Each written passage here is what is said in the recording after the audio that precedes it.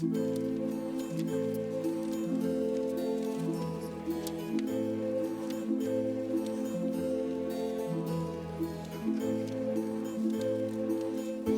is a castle on a cloud. I like to go there in my sleep.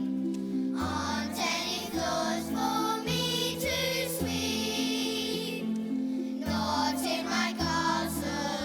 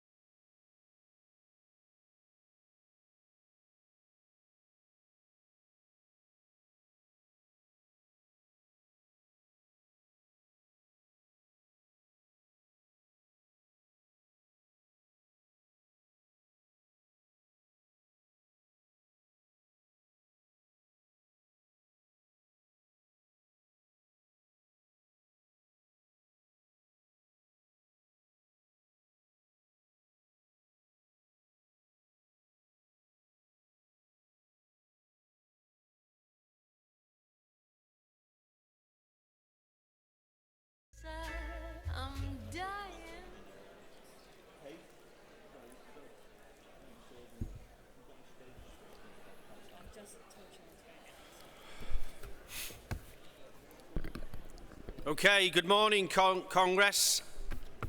I call Congress to order.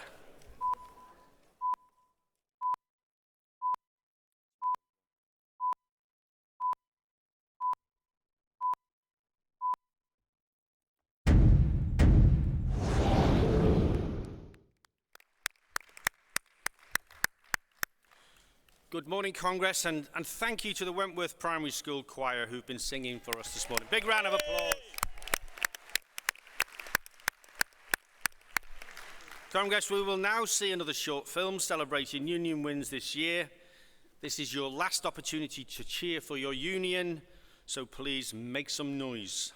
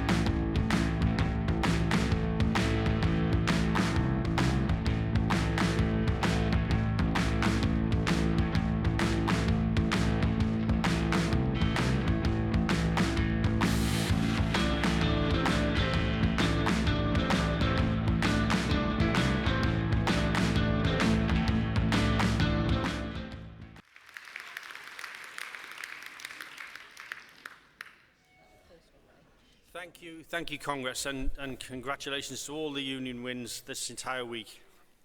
Congress, can I remind you of the statement of conduct which was circulated to all delegates as part of the registration process and which is now on the screen.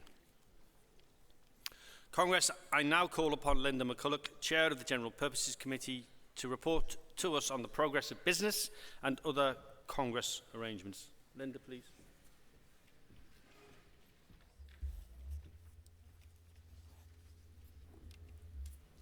Good morning, Congress. I'm pleased to report that agreement has been reached on the grouping of motion 71 plus amendments. This is now Composite 14. This Composite has been emailed to all delegates this morning.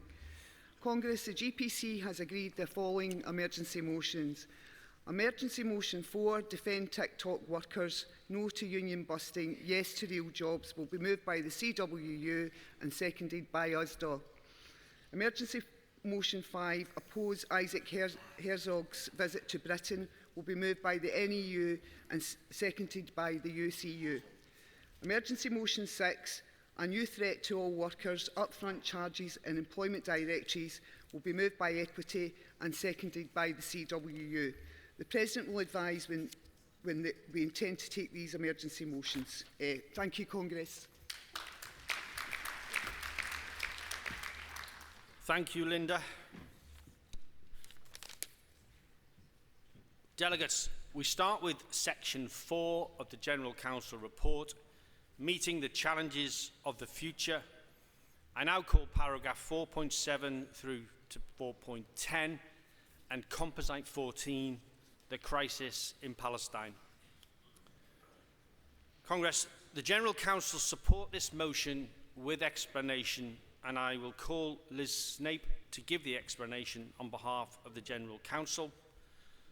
The motion will be moved by the NEU, seconded by Unison, supported by Unite, supported by PCS, supported by the AUE. I won't be able to take any additional speakers in the debate, so I now ask NEU to move Composite 14. Okay.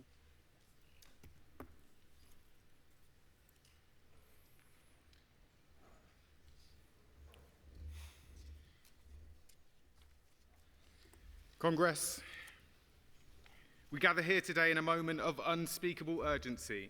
For the children of the world, they are ours. They're not theirs, not yours, not mine, they are ours. And what we do or fail to do in the face of their suffering testifies to who we are and what we dare to become. And I tell you this, there is no refuge in silence. There is no sanctuary in neutrality. For when the children of Gaza cry and we turn away, we have already chosen the side of the destroyer. The children of the world are ours, and if we believe that, if we truly believe that, then the child of Gaza is as much our responsibility as the child of Glasgow, the child of Bolton. Their dreams bound up with our dreams, their safety bound up with our safety. Last year, Hussam Zomlot, the Palestinian ambassador, stood before us. He thanked us for our solidarity, and he said something that we must not forget. He said that our solidarity gave the Palestinian people the greatest gift, the gift of hope. But let us be clear, hope now is not enough. We cannot be content to offer the Palestinian people hope whilst their children are buried beneath the rubble. We cannot be satisfied to say that we stand with them whilst they are hunted in their own land. Our task is fiercer, our responsibility heavier. This motion seeks to give the Palestinian people more than hope. Its aim is to directly try and disrupt the barbarism, the nightmare that has been unleashed upon the Gazan people. For nearly 2 years, Gaza has been pounded, day after day, night after night. Hospitals flattened, homes obliterated, schools turned into graveyards.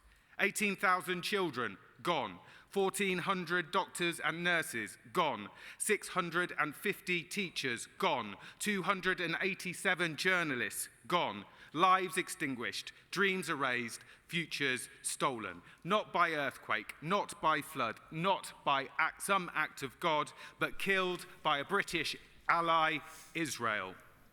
And we hear reports from British doctors, men and women who have placed their lives in danger to serve Gaza. And what do they tell us?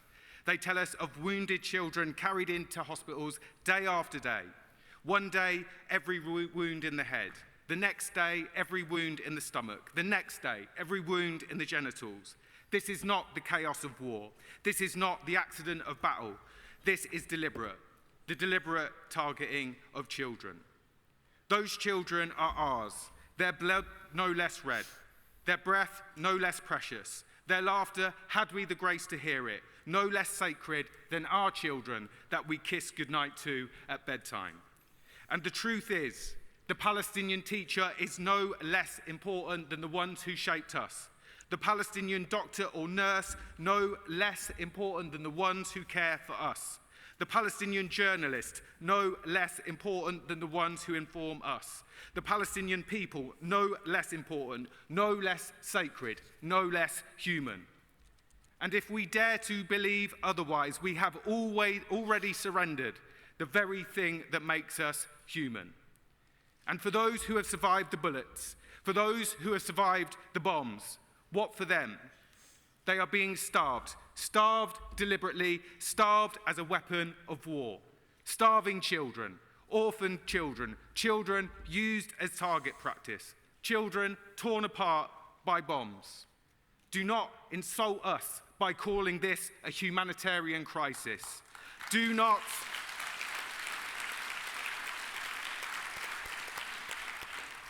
dignify this by calling it a war. Let us tell the truth.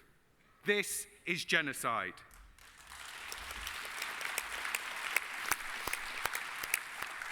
And it is not a hidden genocide. It is not a secret genocide. No, this is genocide in plain sight. Genocide in full view of the world. Genocide live streamed minute by minute, second by second, whilst the powerful enable, whilst the comfortable look away, and whilst the governments of the world, including our own, twist their tongues into silence, we cannot say that we did not see, that we did not know.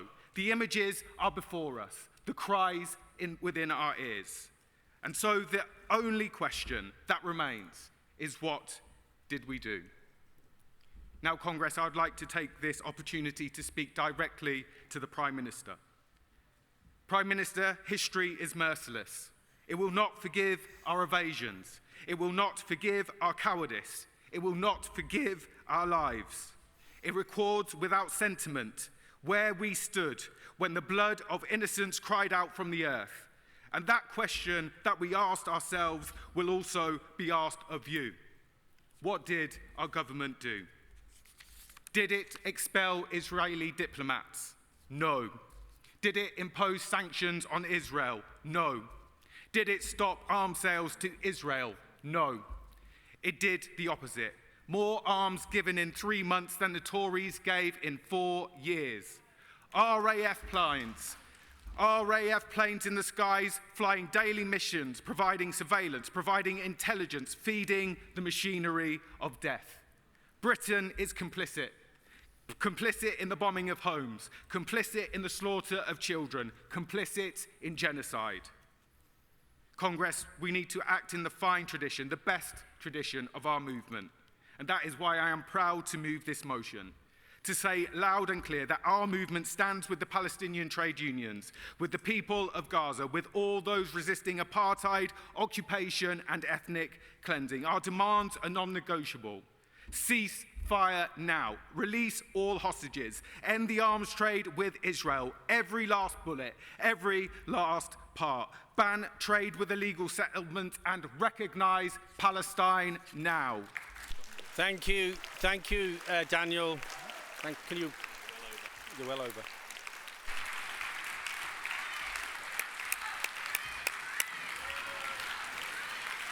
Thank you, Daniel. Next, please, Unison.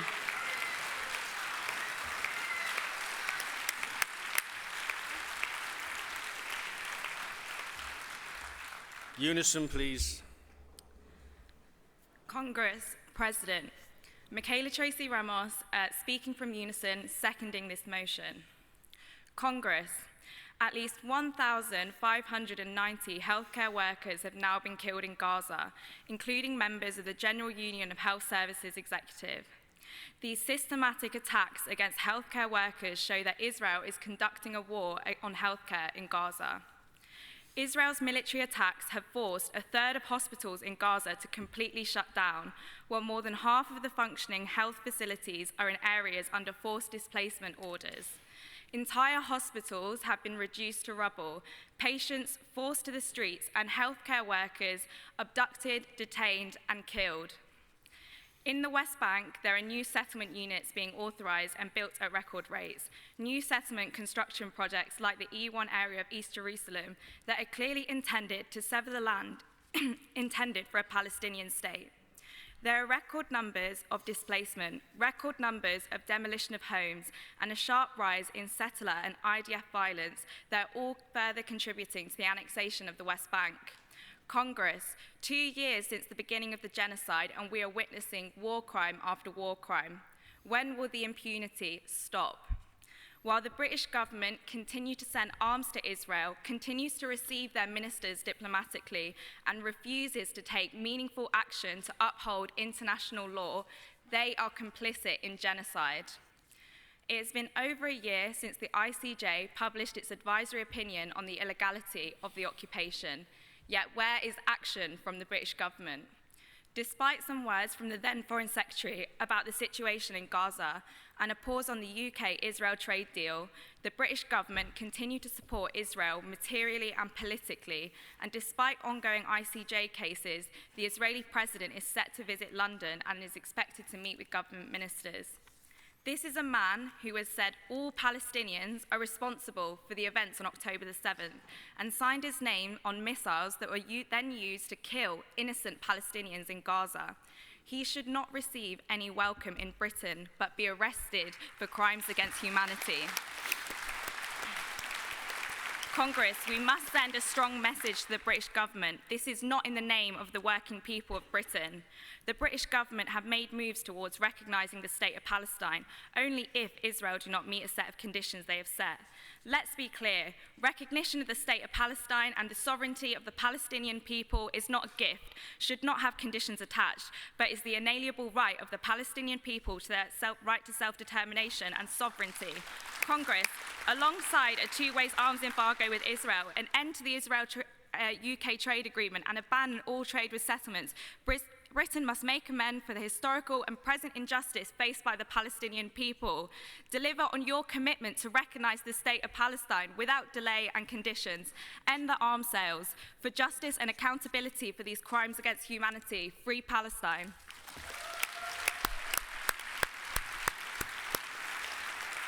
Thank you. Thank you, Michaela. I call Unite, please. Can I just remind delegates, we have a very tight schedule. Please keep to time, respect the lights.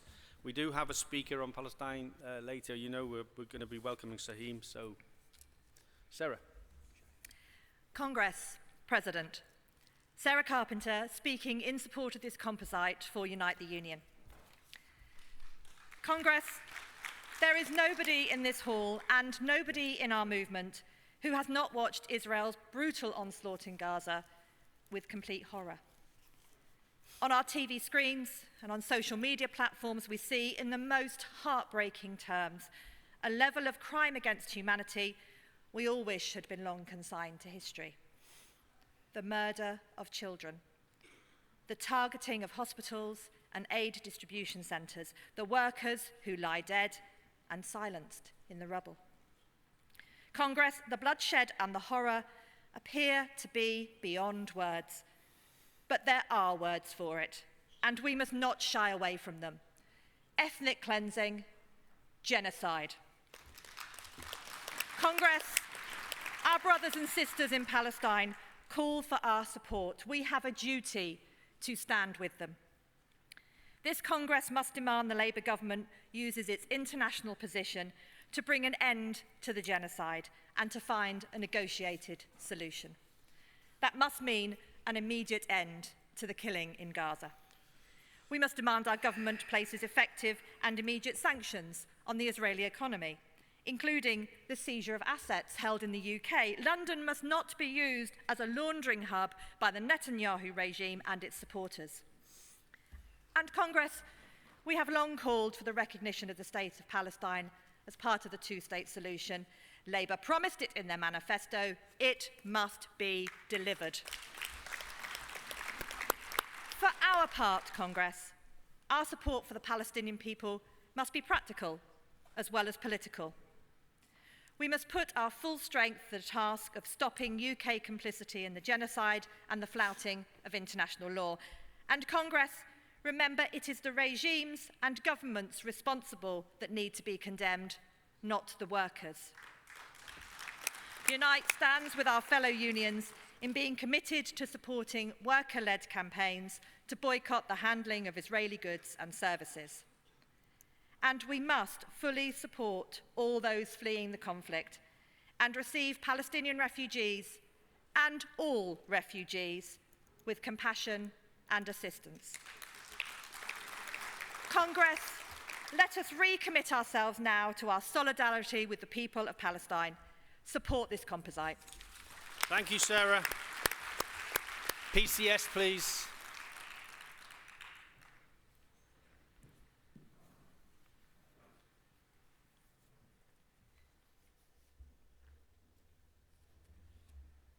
President, Congress, Martin Kavanagh, I'm President of PCS, speaking in support of this composite. and really focusing on our amendment to the original motion 71. The UK government's prescription of Palestine action under the Terrorism Act of 2000 is not just a legal manoeuvre, comrades. It is a political attack with profound implications for our rights, our members and our democracy. Since the prescription, it is clear that the policing has been particularly heavy-handed. On the 10th of August, in Parliament Square, 522 people were arrested, the single largest mass arrest in the UK protest history. That was until last weekend, when 890 people were arrested for peacefully holding signs or wearing T-shirts. The vast majority of those arrested have been pensioners, comrades. The sight of 5, 6, 7 policemen manhandling and carrying people as old as 80 or 90 away from peaceful protests is an absolute disgrace to this country. Police have warned that any public support for Palestine action may result in arrest, with consequences including criminal records, travel restrictions and career impacts, and up to 14 years in prison. The crime of those activists is to take direct action against the mass slaughter and genocide that we have been witnessing over the last 2 years, comrades. Does anyone truly believe that this prescription is proportionate? Does anyone truly believe that the use of police resources should be the priority for our communities? We're seeing attack after attack on migrant workers and people in hotels. That should be the focus of the police right now. And comrades, I understand that there is a bruising in a union movement when your workers and your members get criticised.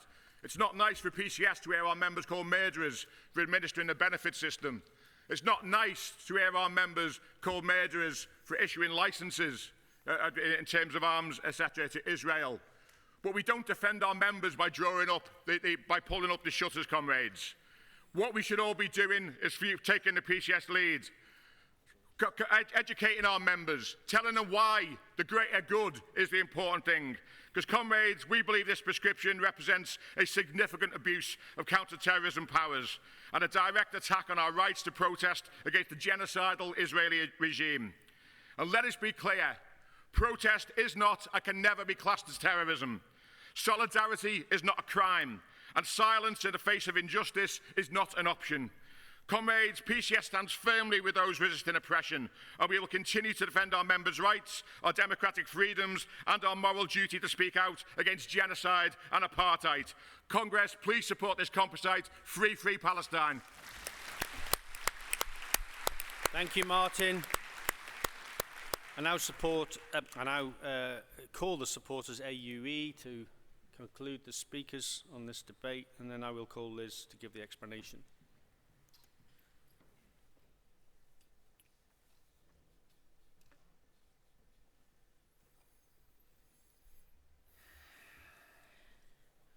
President, Congress, Zita Holborn, on behalf of Artists Union England, speaking in support of the composite and the AUE amendment. I grew up with the boycott campaign against apartheid. I was part of the anti-apartheid movement organising in the student movement. I experienced the horrors of apartheid South Africa firsthand as a teenager when my family lived in Lesotho, a landlocked country surrounded by South Africa. I've been to Palestine on the historic first all-women trade union delegation. I saw the apartheid system the Palestinian people are subjected to every day firsthand. If people could mobilise against apartheid South Africa globally through boycott, divestment, sanctions, alongside African resistance and bravery on the ground, then we can do the same, standing with our sisters and brothers in Palestine. We're talking about a genocide, the murder of innocent children, women, men, plus medical aid, journalists and other workers. Saying no and taking action against genocide is not an attack on workers in the UK. It's about humanity and standing up to a system of oppression and placing pressure where pressure is needed. Silence is complicity. Inaction picks a side. We must be on the side of humanity, on the side of the Palestinian people, and not end up on the wrong side of history. The prescription of Palestine action must be repealed. Direct action is not terrorism. People, including in our movement, have taken direct action throughout history to oppose brutal regimes, stand up for our rights, and challenge inhumane practices. From the civil rights movement to the suffragettes, we must defend our right to protest. At least 1,600 people have been arrested for expressing support for Palestine action. The majority are elders, with 900 arrested just in one day a few days ago. Our AUE amendment calls for the immediate recognition of the State of Palestine. 147 of 193 UN member states recognise Palestine, but not the UK. The UK government has stated they will recognise Palestine, but only if Israel do not meet certain demands. Recognising the State of Palestine should not be conditional on Israel agreeing to a ceasefire. The UK government can do better, can do more, should do more, and needs to recognise Palestine now while there's still a state to recognise. The motion calls for meaningful action by the UK government. This means not just recognising the State of Palestine unconditionally, but steps to secure a complete ceasefire for access to food and humanitarian aid, for the end to complicity through arms exports, and actions to prevent genocide. As Nelson Mandela said, our freedom is incomplete without the freedom of Palestinians. Free, free Palestine! Free, free Palestine! Free, free Palestine! Please support. Thank you, Zita. I will now call Liz Snape to give the explanation on behalf of the General Council. No. Don't think it'll take 3 minutes. Liz Snape Unison, speaking on behalf of the General Council. Congress, existing TUC policy calls for respect for international law and accountability. And we support genuine efforts towards a just, lasting and comprehensive peace that is consistent with international law and is based on a two-state solution which promotes equality, democracy and respect for human and labour rights. We call on the UK government to do everything it can to secure that lasting peace, including immediate recognition of the State of Palestine, the release of all hostages and all Palestinian political prisoners, and an end to all licences for arms traded with Israel. This motion calls for an immediate end to the arms trade and military collaboration with Israel in line with international law. It is essential that prior to taking any action, union members and reps in any affected sector are engaged with. We are clear that no action should be taken that will put union members' jobs at risk without their involvement and consent. The motion also calls to repeal the authoritarian prescription of Palestine action under counter-terrorism laws and uphold and strengthen the right to peaceful protest.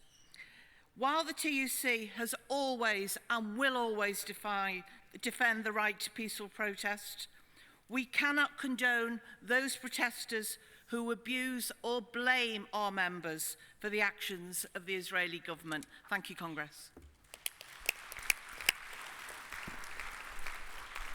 Thank you, Liz. So with that explanation, I now move to the vote on Composite 14. Will all those in favour please show? Thank you. Will all those against please show? That's carried unanimously.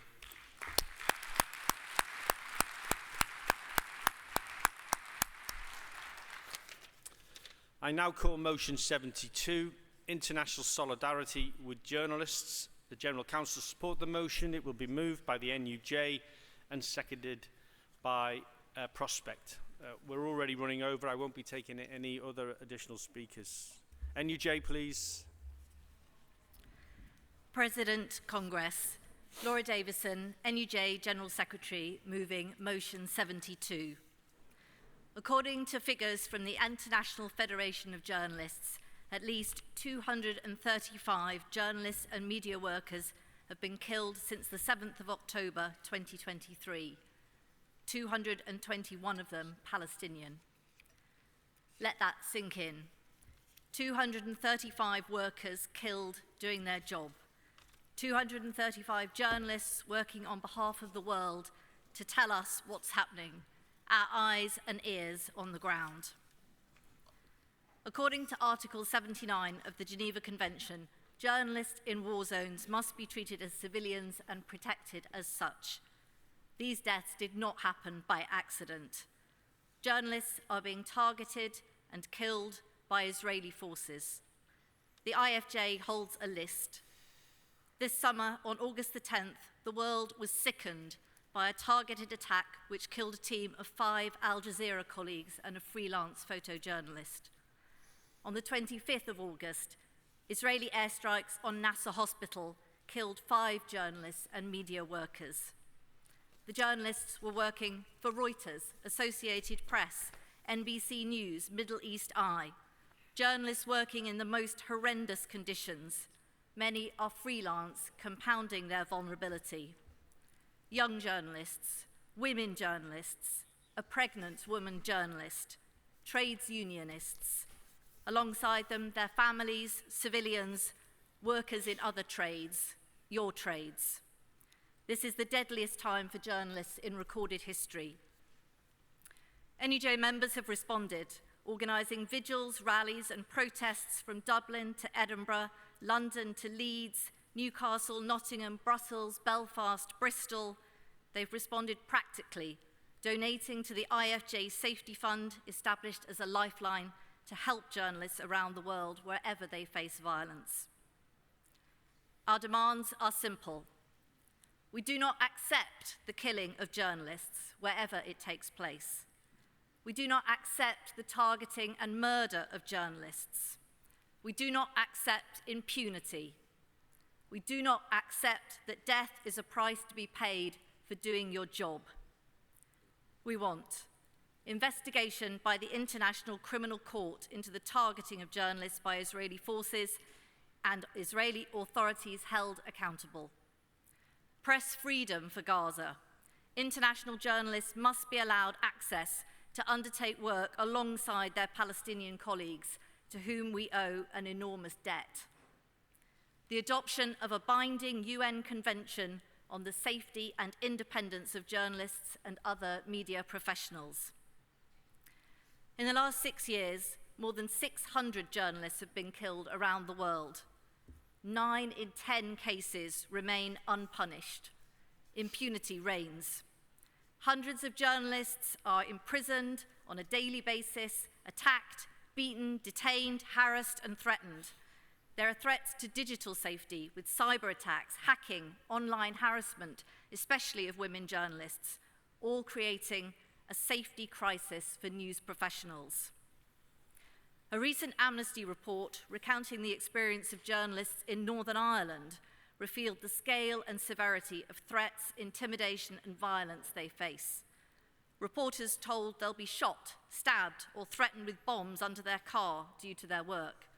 Journalists having to have their homes fitted with bulletproof windows and their doors with alarms linked to police stations.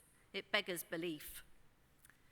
The NUJ's safety tracker is designed to capture incidents submitted by journalists about the unacceptable abuse encountered through the course of their work. The online resource, open to NUJ members and non-members, seeks to create an evidence base that informs the union's campaigning. Abuse should never be viewed as simply part of the job. Journalists are a vulnerable category targeted on account of their profession. Congress, we have heard horrendous examples this week of abuse, injury, and death to our members from across our movement. No worker should have to face that. No worker should pay with their life for simply doing their job. As trades unionists collectively, we're saying no. Solidarity, colleagues, I move.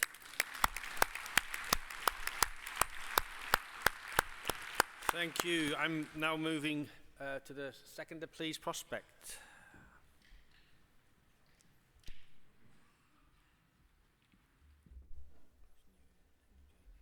Alice Black from Prospect. President, Congress, Prospect second this vitally important motion. The situation in Gaza is beyond horrific, and Prospect unequivocally condemns the appalling way that innocent civilians are being targeted through violence and starvation in this conflict. The pictures we've seen in the media and on our TV screens are horrendous, and they bring home the huge suffering being inflicted. We only know as much as we do about these horrors because of the brave work of journalists on the ground who are often risking their own lives in their dedication to report the truth in unimaginable conditions. As the motion states, records from the International Federation of Journalists show at least 122 media professionals were killed in 2024. In light of these awful killings and the ongoing dangers to reporters in Gaza and other war zones, now more than ever, we must stand in solidarity with these journalists. This solidarity must also extend to journalists worldwide, whether in Iran, Ukraine, or elsewhere, as well as to women journalists who work under oppressive regimes. Within our Bectu sector, Prospect has members who hold press cards, working in broadcasting and production alongside journalists to bring truth to the public, and they too face harassment and threats simply for doing their jobs. That's why tools like the NUJ's Journalist Safety Tracker are so important in showing that abuse must never be accepted as part of the job. This is why Prospect is proud to second this motion, and why we urge Congress to continue standing in solidarity with journalists everywhere and support the call for a UN Convention on the Safety and Independence of Journalists. The first casualty of war is often the truth, and it's only because of brave journalists that crimes cannot be covered up, and ultimately that people can be held accountable for their actions. Please support motion 72. Thank you. Thank you, Alice, and thank you to Laura for moving the motion. I'm not going to take any speakers. I'm moving to the vote on motion 72. Will all those in favour please show? Thank you. Will all those against please show? Thank you. That's carried unanimously. Congress, you will see that we've been joined on the platform by our final guest speaker. It's a great pleasure to introduce Sahir Sayed, General Secretary of the Palestinian General Federation of Trade Unions. Shahir, it is a great honor to have you here. I hope you have heard throughout this Congress our movement's unwavering solidarity with the Palestinian people in their struggle for freedom, justice, and equality. Shahir, I invite you to address Congress.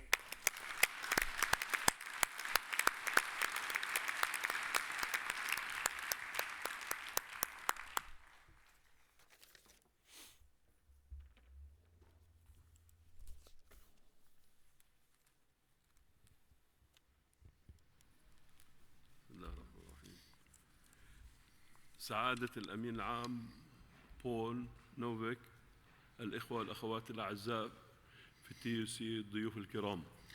Honorable General Secretary Paul Nowak, dear brothers and sisters of the TUC conference, distinguished guests. يشرفني أن أقف أمامكم اليوم قادما من فلسطين، حاملا في قلبي آلام وآمال شعبنا، متحدثا باسم أطفالنا ونسائنا وشبابنا وشيوخنا وعمالنا الذين يواجهون معاناة يومية تحت وطأة الاحتلال والإبادة الجماعية والجوع. It's a privilege to stand before you today, coming from Palestine, carrying the pain and hopes of our people in my heart, and speaking for our children, women, youth, elderly, and workers who face daily struggles under the burden of occupation, genocide, and starvation. أتقدم لكم بجزيل الشكر من أعماق قلبي على دعمكم الثابت لقضيتنا العادلة، قضية فلسطين التي ليست نضالنا فحسب، بل نضال كل من يقدر الحرية في جميع أنحاء العالم. إن تأثيركم أيها الأخ الأمين العام بول لا يمكن إنكاره. I offer you today heartfelt thanks for your unwavering support for our just cause, the cause of Palestine, which is not just our fight, but the fight of all who value freedom worldwide. Your impact, dear brother General Secretary Paul, is undeniable. الأخوات والإخوة، جئت إليكم من فلسطين حيث يعاني أهلنا في قطاع غزة من سفك الدماء لا هواد فيه، وتطهير عرقي، وإبادة جماعية، وتجويع مستمر في ظل احتلال وحشي. Sisters and brothers, I come to you from Palestine, where our people in the Gaza Strip endure relentless bloodshed, ethnic cleansing, genocide, and starvation under a brutal occupation. إن حصيلة القتلى في قطاع غزة خلال 700 يوم الماضية صادمة وفقاً للجهاز المركزي للإحصاء الفلسطيني. 64,944 ضحية قتلوا في قطاع غزة. The toll of those killed in the Gaza Strip in the last 700 days is staggering. According to the Palestinian Central Bureau of Statistics, 64,944 victims killed in Gaza.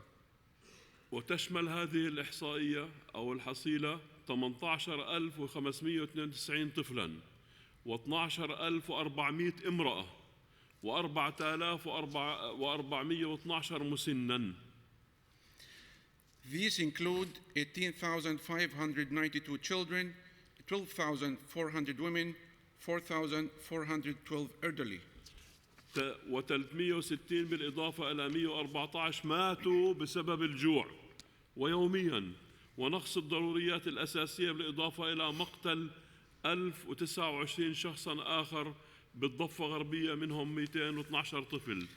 And 360 people, including 114 children, who died due to starvation and lack of basic necessities, plus an additional 1,029 people killed in the West Bank, including 210 children.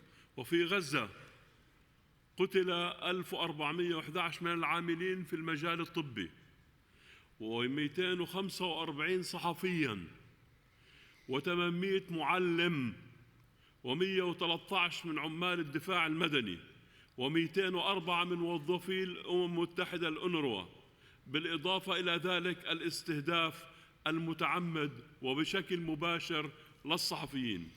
In Gaza, among those killed, 1,411 medical personnel, 245 journalists, 800 educators, 113 civil defense workers, 204 UNRWA staff, plus the deliberate targeting and killing of journalists.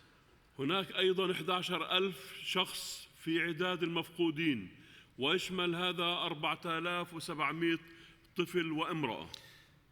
There are also 11,200 people missing. These include 4,700 children and women. ومن بين القوى العاملة في فلسطين البالغة 1,350,000 عامل في غزة والضفة الغربية والقدس، هناك 507,000 عامل عاطلون عن العمل.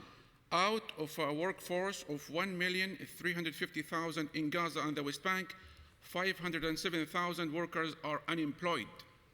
ساهمت الشركات الكبرى العاملة مع الحكومة الإسرائيلية في تأجيج القمع ضد العمال، حيث قاموا بحرمان 240,000 عامل من أجورهم خلال 23 شهر الماضية.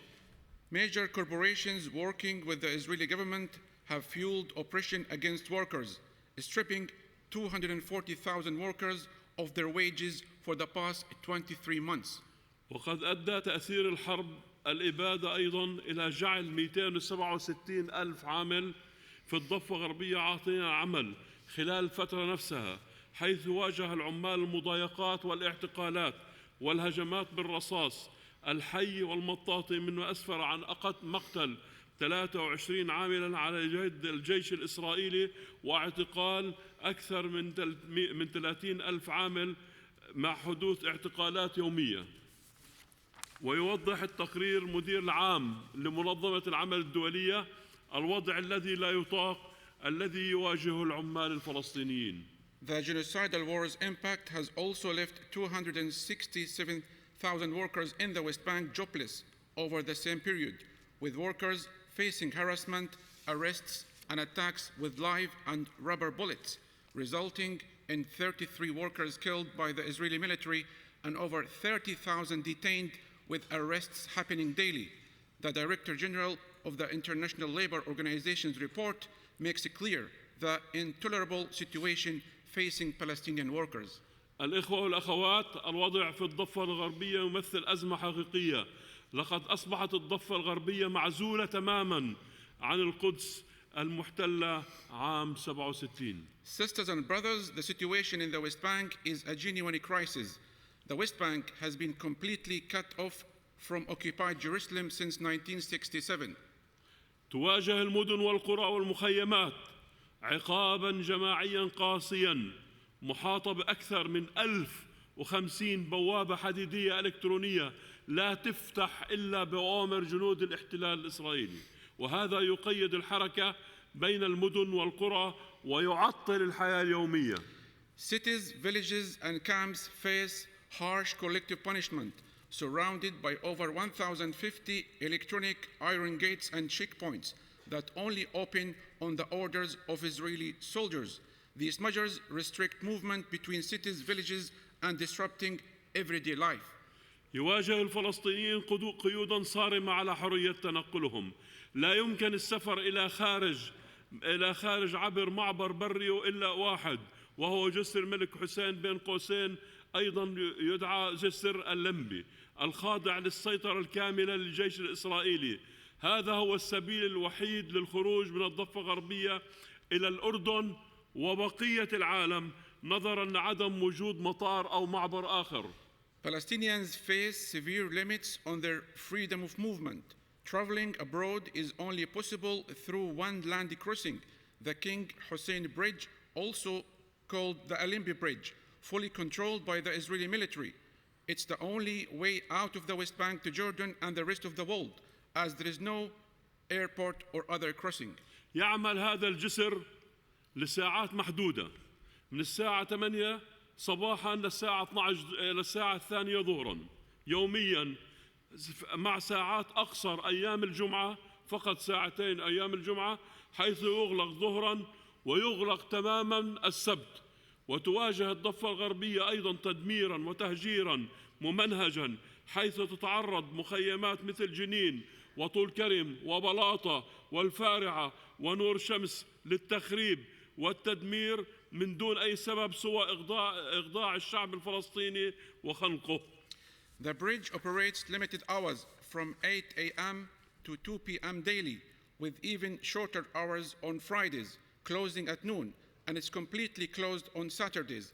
The West Bank is also facing systematic destruction and displacement, with camps like Jenin, Tul Karim, Balata, Al-Fari'a, and Nur Shams subjected to vandalism and destruction for no reason other than to subdue and choke the Palestinian people. لقد أصبحت الضفة الغربية سجناً كبيراً للفلسطينيين وملعباً للمستوطنين المتطرفين الذين يطاردون ويطلقون النار علينا ويلقون الحجارة على السيارات ويقطعون الأشجار ويحرقون المزارع ويقتلون حتى الماشية. The West Bank has become a massive prison for Palestinians and a playground for extremist settlers who chase us, shoot at us, throw stones at cars, cut down trees, burn farms, and kill livestock. اسألوا سفارتكم في القدس عن هذا، فأنا أؤيد وأتمسك بكل كلمة قلتها. تشكل المستوطنات الإسرائيلية في الضفة الغربية تهديداً وجودياً، حيث تسيطر على 80% من الأرض. القيود المفروضة في الضفة الغربية تجعل الحياة أصعب على المسافرين وتزيد من تحديات الحياة. Ask your embassy in Jerusalem about this. I stand by every word I have said. Israeli settlements in the West Bank are an existential threat, controlling 80% of the land. Restrictions in the West Bank make life harder for travelers and worsen the challenges of life. على سبيل المثال، لأكون أنا هنا معكم، غادرت نابلس صباح اليوم الجمعة ولم أصل إلى هنا إلا الساعة صباح أو فجر يوم الأحد. لقد تفاقمت هذه السيطرة بسبب السياسات العنصرية الأخيرة مثل قانون الدولة القومية وعنف المستوطنين المستمر والذي تجاوز التخريب ليصل إلى حد القتل. لقد رأى أخي الأمين العام بول والأخت ماريميلا بعضا مما ذكرته للتو لكم عندما زاروا الضفة الغربية. For example, to be here with you, I left Nablus on Friday morning and did not arrive until early Sunday. This control is worsened by recent racist policies such as the nation-state law and ongoing settler violence, which goes beyond vandalism to include murder. Brother General Secretary Paul and Sister Marilla have seen some of what I've just shared when they visited the West Bank. الإخوة والأخوات، بعد 58 عاما على هذا الاحتلال يتعين على الحكومات في مختلف أنحاء العالم أن تتحرك بما في ذلك حكومة بريطانيا. Sisters and brothers, after 58 years of this occupation, governments around the world need to act, including the British government. يجب على الحكومة البريطانية أن تدعو إلى الوقف الفوري لإطلاق النار، إنهاء الاحتلال الإسرائيلي الغير شرعي، حظر تجارة السلع القادمة من المستوطنات غير الشرعية، تعليق اتفاقية التجارة بين المملكة المتحدة وإسرائيل. The British government must call for an immediate ceasefire, an end to the illegal occupation, ban trade in goods from the illegal settlements, suspend the UK-Israel trade agreement.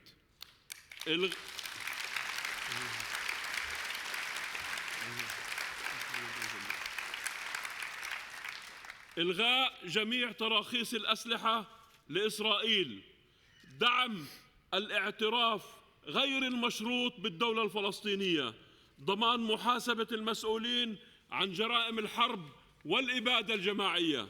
And also end all arms licenses to Israel, and conditionally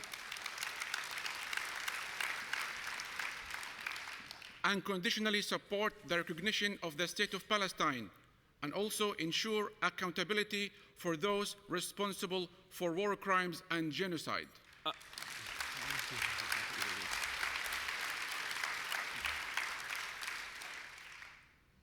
الإخوة الأخوات، إن قبول فلسطين كدولة مراقبة في منظمة العمل الدولية بعد أن كانت مجرد حركة تحرر يعد خطوة تاريخية تبعث الأمل في نفوس شعبنا وعمالنا. هذا الإنجاز هو ثمرة وحدة العمال العالمية ودعمهم المتواصل، مما أكسبنا هذا التصويت من أجل حقوقنا. إننا نثمن هذا القرار بتقدير عميق ونعتبره إنجازا رئيسيا نبني عليه في سعينا نحو العضوية الكاملة في منظمة العمل الدولية. Sisters and brothers, Palestine's acceptance as an observer state in the International Labour Organization after being just a liberation movement is a historic step that gives hope to our people and workers. This milestone is the direct result of global workers' unity and their steadfast support, which secured this vote for our rights. We deeply value this decision and see it as a key achievement to build on as we work toward full membership in the organization.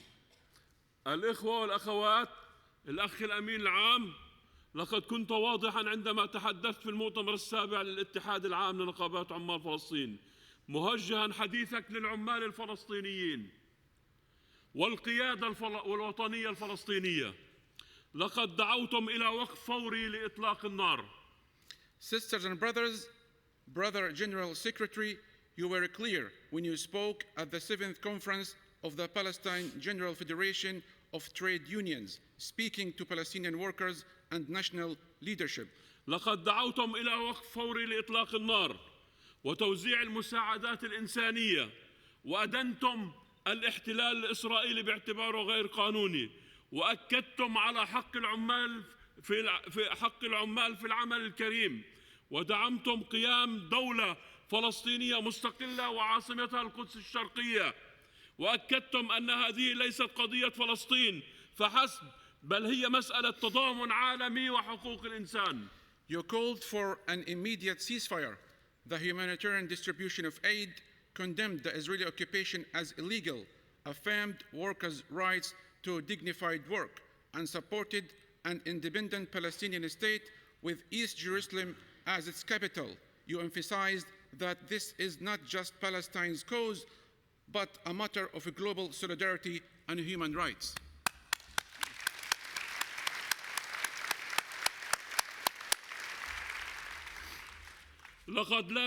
لقد لامست كلماتكم وترا حساسا لدى كل فلسطيني استمع لكم في المؤتمر، وحمل روح التضامن الحقيقية بين العمال البريطانيين وشعبنا، ليس كبادرة عابرة فحسب، بل موقف صادق وقوي.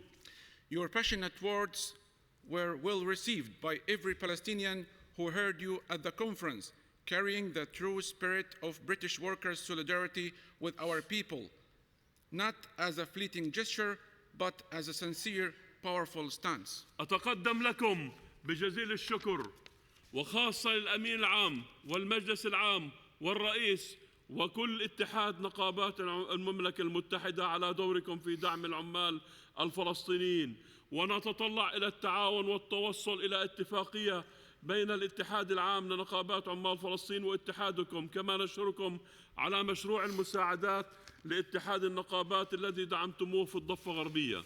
I offer my gratitude especially to the General Secretary, the General Council President, and the TUC office for your role in supporting Palestinian workers.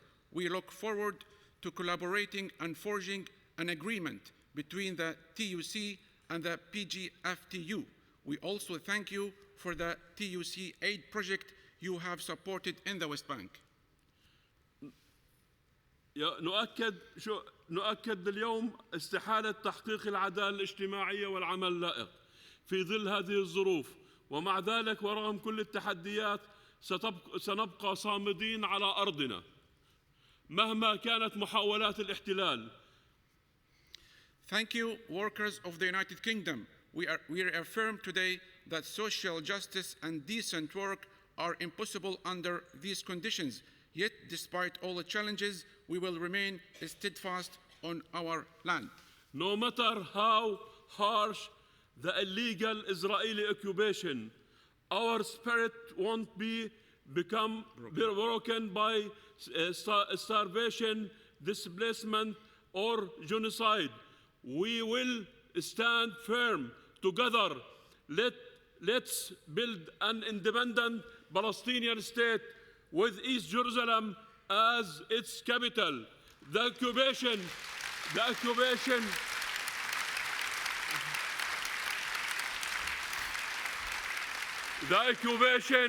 will end. The occupation will end. The occupation will end. Palestine will endure. Free Palestine. Free Palestine. Free Palestine. Thank you.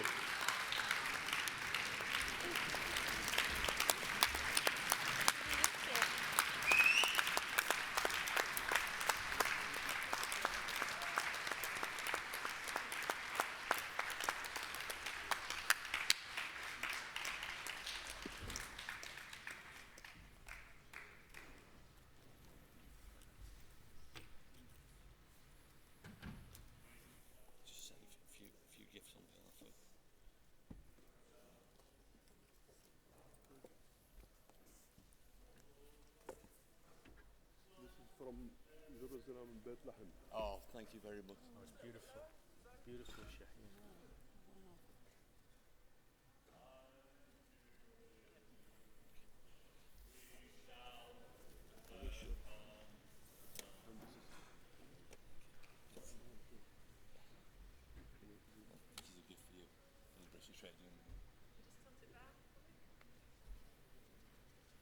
Should we do one photograph with delegates?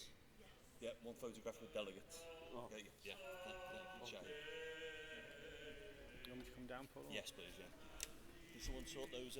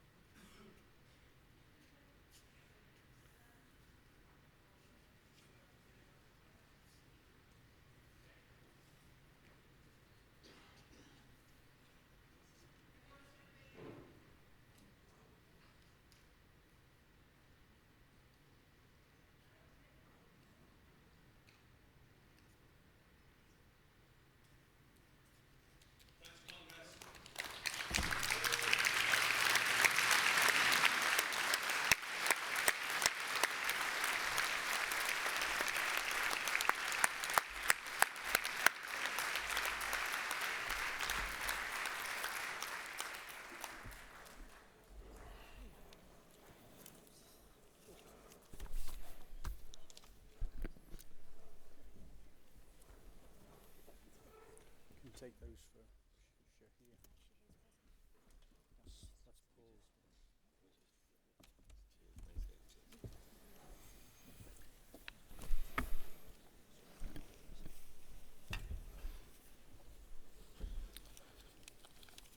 Shahir, on behalf of Congress and the trade union movement, thank you and solidarity.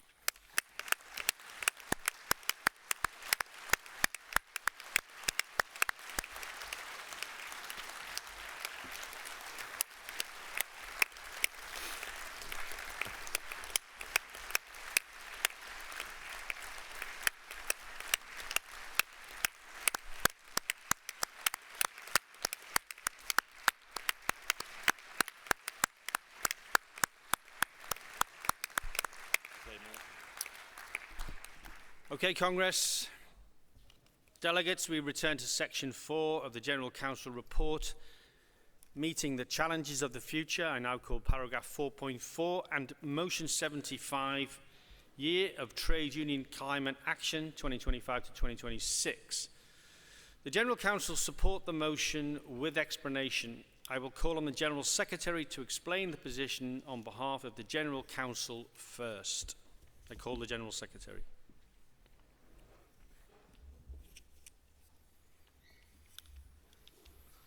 Thanks, President. This motion affirms that climate change impacts all workers and promotes workplace action to address it. It commits the TUC to promote Green Reps, joint union organising, labour climate networks, 2 mobilisations to coincide with COP30 and workplace actions throughout a concerted year of trade union climate action. The motion is in line with TUC existing policy, except it says nothing about securing just transition arrangements for workers in and communities that are reliant on at-risk high-carbon industries. The inclusion of this prioritisation in an amendment has been rejected by the proposers. The General Council view is that if the motion and the amendments are taken together, they're in line with our policy and should be supported. If the amendment falls, the General Council view is that the motion alone is not in line with our policy and doesn't provide adequate support and reassurance to oil and gas workers. Therefore, the General Council's attitude will change to support with reservation, and that reservation will be about understanding that future fossil fuel production can only come to an end when and where a fully funded workers' plan for jobs has been agreed and delivered in full. And that's the General Council's attitude to the motion. Thank you, Congress.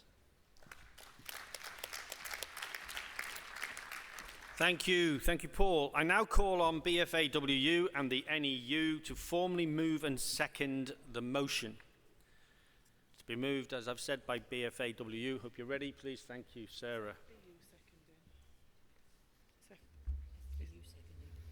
Sorry, FBU seconding. Okay, that's right. Well, the record will show. Thank you, Sarah. Thank you. President, Congress, Sarah Woolley speaking on behalf of the BFAWU to move this motion. Congress, last year we passed an important motion that recognised what many of us have been saying for years. The climate emergency is a trade union issue. It impacts every single worker, every single community, every single workplace. Whether it's heat waves making workplaces unsafe, floods devastating our communities, or unaffordable energy bills eating into our wages, the reality is clear. Climate breakdown is not something that might happen in the future, it's happening now to our members, yet many do not understand the severity of the situation. This motion builds on that work and sets out how we as a movement can turn words into action over the coming year. We are calling for a trade union year of climate action, 2025 to 2026, a year in which unions come together to take action at work and in our communities. A year in which we show leadership on one of the most urgent issues of our time. A year in which we demonstrate the climate crisis affects us all. And let me highlight 3 key points from the motion. First, workplace action. Workers are already taking climate-related action. We've seen people talking about heat strikes when temperatures become unbearable, and unions negotiating green agreements in workplaces. This motion strengthens that by promoting green bargaining in all union training, building national and regional green reps networks, and demanding facilities time for green reps, just as we have for health and safety. Because if climate breakdown is impacting our work, we need reps with the time, training and resources to fight back. Second, building solidarity. This is not just an environmental issue, it's a social justice issue. We want unions to organise workplace discussions and community events linking climate with the issues our members face every day: fuel poverty, health, housing, racism and inequality.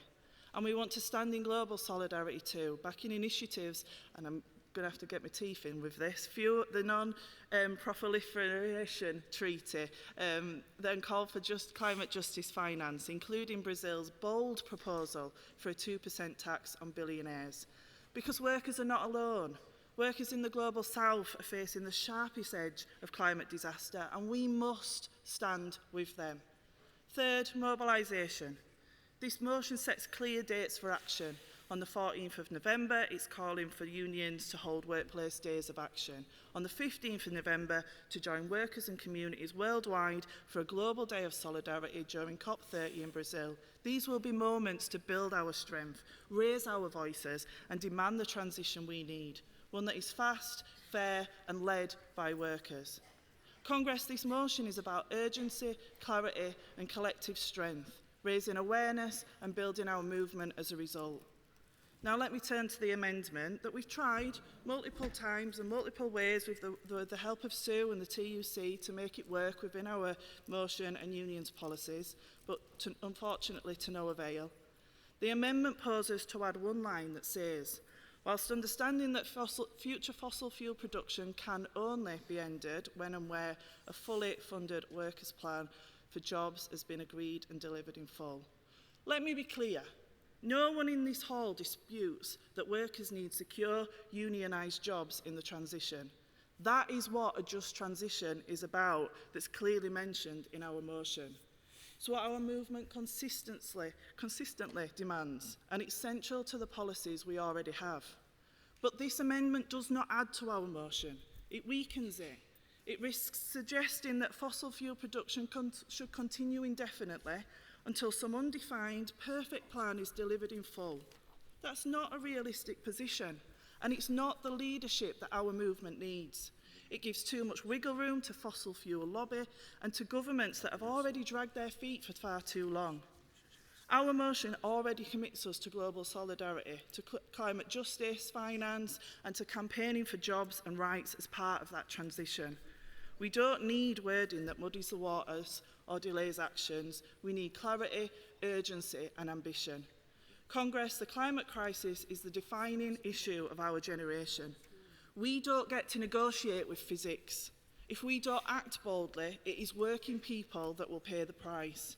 Our movement must be on the side of decisive action, action that protects workers, creates good jobs, and tackles the root causes of climate breakdown. But to do all that, we need a focused year of action, raising awareness, education and activity. So I ask you to support the motion and reject the amendment. Thank you. Thank you, Sarah. I now call the FBU to second the motion.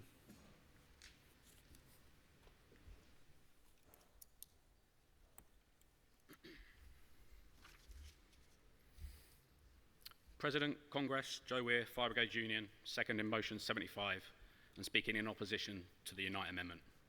First, we commend the Bakers for bringing this important resolution. This past year, firefighters and firefighters control across the UK and around the world have been on the front lines, not just of fires, but of a growing climate emergency. Firefighters have attended over 800 wildfires this summer alone, with firefighters travelling from Merseyside, Greater Manchester and London to deal with fires in North Yorkshire and Dorset. Floods sweeping through towns and cities, destroying communities as they go.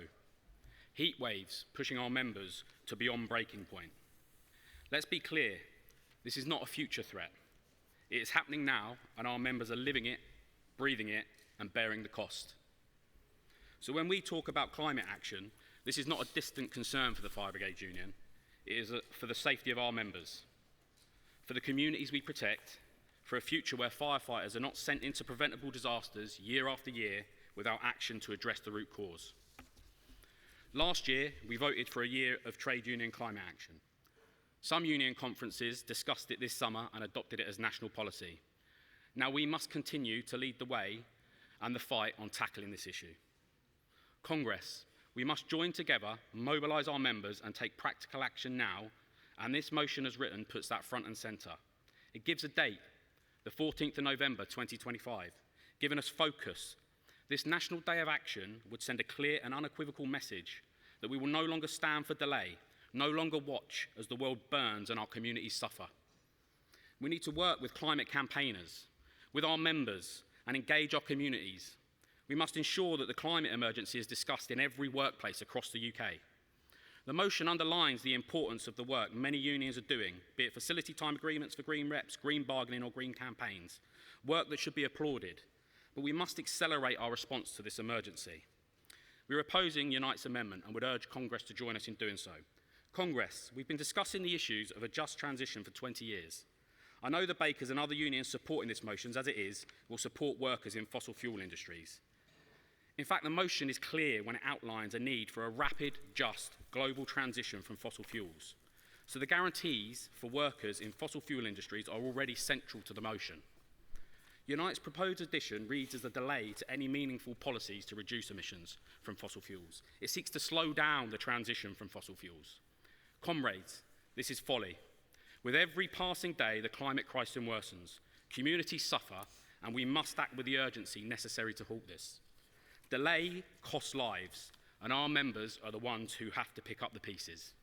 We cannot continue to put off action on climate change. We cannot continue to allow communities and families to suffer the consequences of inaction. The damage is already here, damage that leaves in its wake nothing but misery. The impacts on workers in the UK and across the globe are increasing, and every job and every industry represented in this room has an interest in tackling climate change. Congress, we must act with the urgency the climate crisis demands before it is too late. We must protect our communities, our workers and our planet. The Fire Brigades Union is proud to stand with those... You're over time now, please wrap up. Yep. Thanks, Chair. The Fire Brigades Union is proud to stand with those who fight for bold climate action, for public ownership of green energy and for a future built by and for working people. Vote for trade union climate action, support the motion, oppose the amendment, reject the politics of delay and division. Thank you, Joe. Thank you, Joe. I now call on Unite and GMB to move the amendment. Unite, please.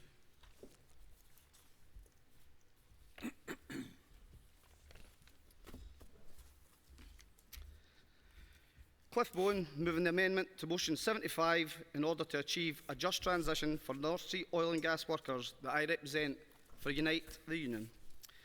Congress, a year ago I stood here and warned that we cannot let oil and gas workers become the miners of our generation. Hundreds of thousands of workers and their communities left on the scrap heap. The consequences haunt villages and towns across the country to this day, a stain on our movement. We agreed that warm words and vague promises would not be enough to prevent this happening again. And Congress, they were not enough. After 100 years, the Grangemouth refinery has ended production, taking over 2,000 jobs with it. Empty promises of a just transition ringing in people's ears in the town. Promises of green jobs and new technologies that are still sub-economic and nascent. Jobs that do not exist. Keir Starmer came to Scotland. He promised us £200 million for the workers of Grangemouth. Congress, we're still waiting. Grangemouth was a test for the just transition away from fossil fuels. There is no doubt that it failed. And I have been warning anyone who would listen for the last 10 years that this would be the case. And I've been proven right. Now over 35,000 North Sea workers are watching as we stand to lose 1,000 jobs a month. 1,000 jobs a month, Congress. Death by 1,000 cuts. And those workers are aghast as we watch our oil and gas sector being decimated as this country continues to import 40% of our energy needs from foreign countries. And Congress, let us be clear, offshore workers are not prepared to put up with it any longer. And our members at Lindsay Oil Refinery are watching as well, as they fight for their jobs and for their communities. And they refuse a repeat of the unjust transition that we have witnessed at Grangemouth. And solidarity to those workers in that fight.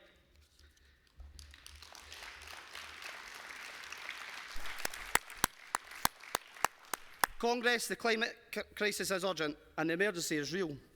The motion is absolutely right to recognise that and demand action.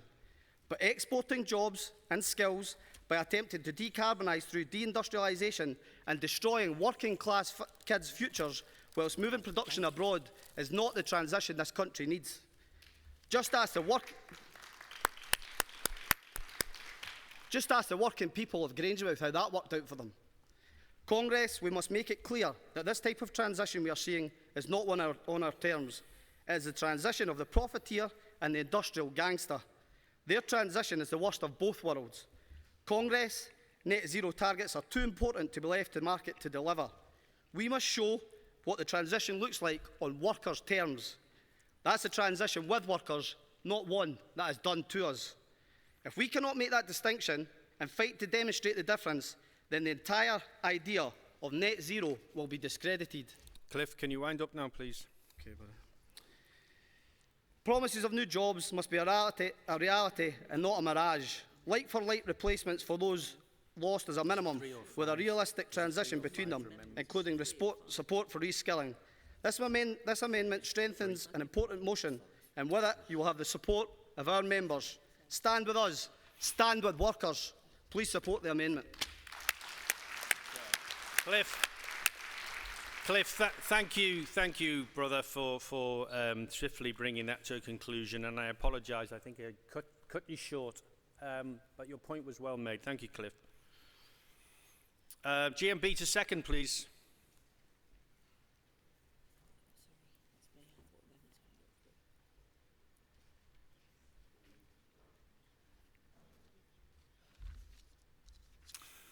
President, Congress, comrades and friends. Kevin Buchanan, GMB, seconding the Unite Amendment. Congress, we all recognise that the climate emergency is real. Change is happening all around us in an increasingly precarious and volatile world. The question facing us is how the trade union movement rises to the changes and challenges of our times. Congress, with the right policies, delivered at the right pace, the energy transition offers genuinely transformative opportunities for a country that has paid a heavy industrial price for the eras of Thatcherism and globalisation. This means policies forged through national planning and funded through progressive taxation, upscale manufacturing, supply chains and skills in order to compete for and win a fairer share of the energy jobs of the future. GMB and all unions representing energy workers are fighting to sustain their jobs. Today they are campaigning to keep the lights on in our homes, our streets, and to power our industries. At best estimate, our economy and our civil society will still need gas and oil in order to function up to 2050. We need to sustain good trade union jobs here in supply chains and in the gas system. We should not be offshoring jobs and emissions to the rest of the world or shredding our communities and the UK's industrial base. Unite's amendment is therefore to be welcome, as it acknowledges the seriousness of global climate change while seeking to protect jobs and maintain the principle that no decision is to be made without the consent of the workforce.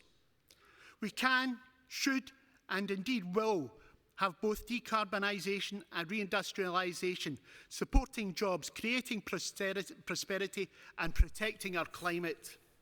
That is what a just transition looks like, restoring hope to working class communities, powering our industries, developing new manufacturing, lighting our streets and heating our homes. Please support the amendment which asks for just that.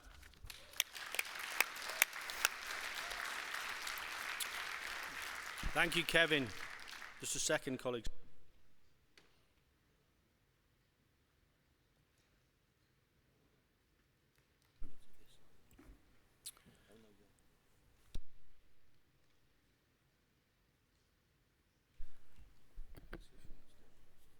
I now invite Sarah to exercise her right of reply if she wants to on behalf of her union. Sarah.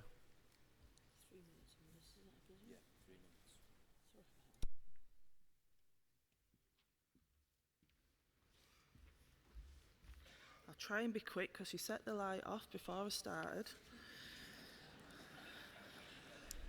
Congress, Sarah Woolley speaking on behalf of the Bakers Food and Allied Workers Union, exercising my right of reply. I wasn't expecting to do it just quite yet. Congress, I was always taught that you vote on the words of the motion. And if you look at the words of the motion, it doesn't take away from any policy Congress has already agreed. There is no mention of decisions being made without workers being involved. There's no mention in there of offshoring jobs. There's no mention of jobs or plans within it at all, other than to talk about the need for a just transition. The motion is about a year of activism, education, awareness raising and solidarity. Is that not what trade unionism is all about? Is that not what we do every single day for our members?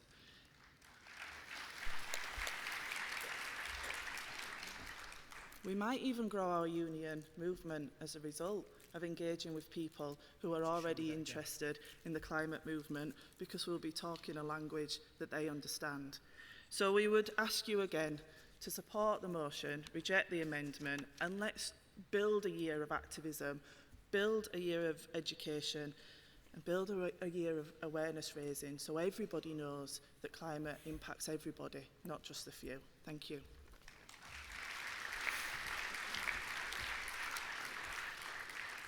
Thank you, Sarah. That concludes the debate on motion 75 and the amendment to motion 75.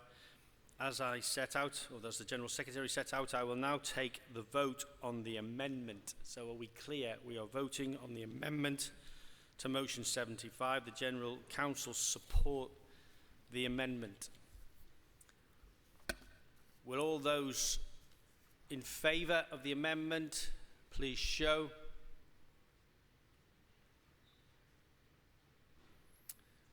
Thank you. With all those against the amendment, please show. The amendment is carried.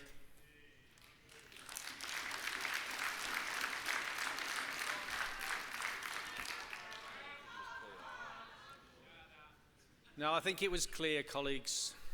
Clear on the show of hands.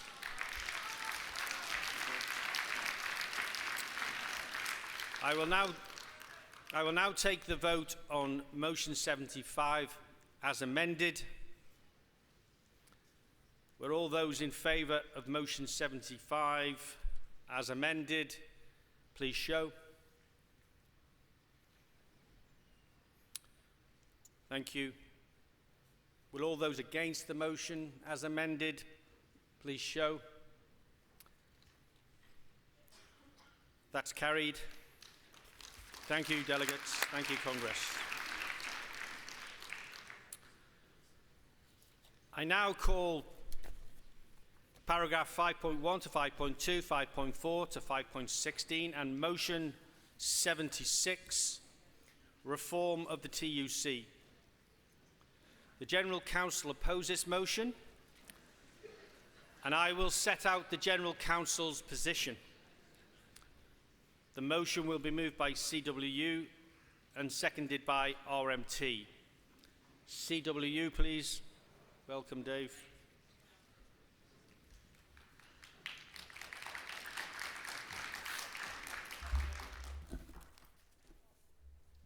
President, Congress, Dave Ward, CWU, to move motion 76, the last pre-scheduled debate of this Congress and the first and only proposition that's on the pad that gives us an opportunity to seriously debate the future of our movement, how we can improve it, how we can strengthen it, how we can make it more dynamic, to deal with the challenges that we've debated virtually all of this week, unprecedented challenges facing this movement.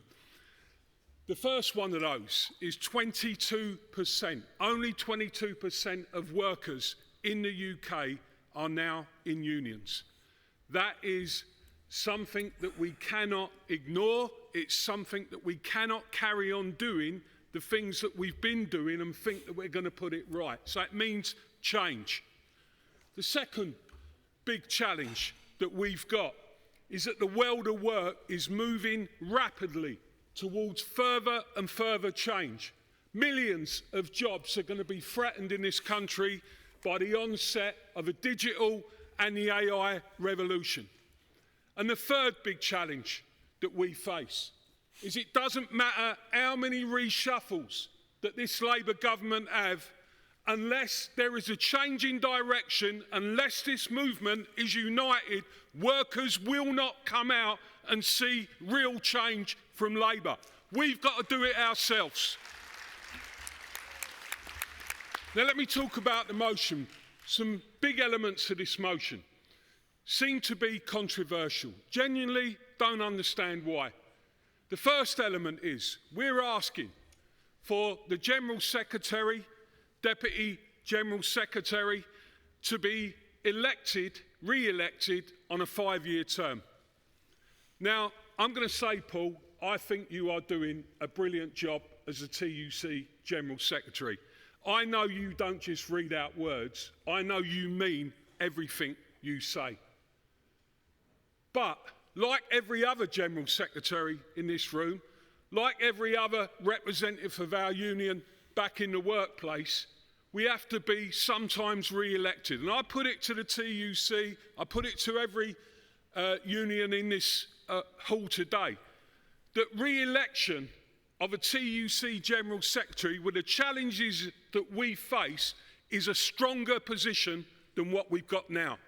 It would enable you or your successors to have a fresh mandate. If you leave it as it is, yes, you've been elected, Paul, but you can't get away from the fact that technically you have been elected for life. That is not right, and democracy, we shouldn't be afraid of it at this moment.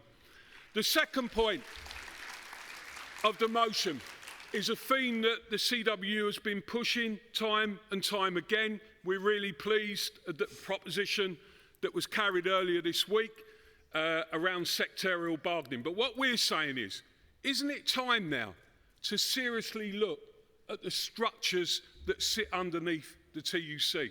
We've got ideas, I'm sure you've got ideas, on how we can make us stronger by changing those structures. One of our ideas is that we believe the TUC, underneath its current General Council structure, should be set up on the basis of sectors of the economy.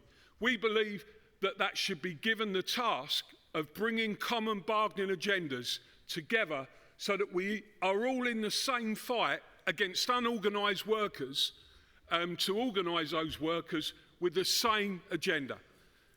We think that is a powerful change. We also think that smaller unions need to have a greater say in the direction of the trade union movement. Shouldn't just be based on the size of your union. But look, that's a debate that we can have. And the final point of our motion is that reform, the far right, fascism is on the rise in this country. Far-right organisations are out there now, and they are organising like we've never seen before. And we all know that it's our job to sort that out. There are millions and millions of people, the overwhelming majority, who are looking for something different, looking for a trade union movement, and don't want to see Nigel Farage. I can't stand the thought of it, that he's the voice of working class people. That's our job. Congress, we want to build a stronger trade union movement. We want to build a trade union movement that is relevant today and in the future and can deal with the challenges we face. I move. Support the motion.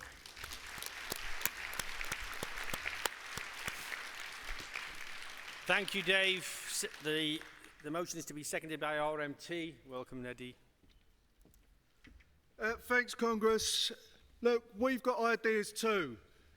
We're now in a position, as has been said, 20-25% coverage of collective bargaining in this country, trade union membership falling below 6 million. We've halved over the past few years, but we could be so much more. And I think we've got two futures as a movement. There's one future where we're a museum, where we'll turn out at the trade union events and we'll admire the banners and we'll remember the past glories, but we will be in irrelevance without power, without influence and without working class people in our back. There's another future where we could be much stronger, where we're not fighting each other, we're in competition in the sectors where we represent our members, but where we've got some industrial unity, where we're pulling together, both industrially on behalf of workers to drive their conditions and their wages up and their living standards, and politically, where we're driving a much more unified agenda so we can hold the politicians to account and we can make sure that we get the demands of working class people through Parliament. I want to have that debate.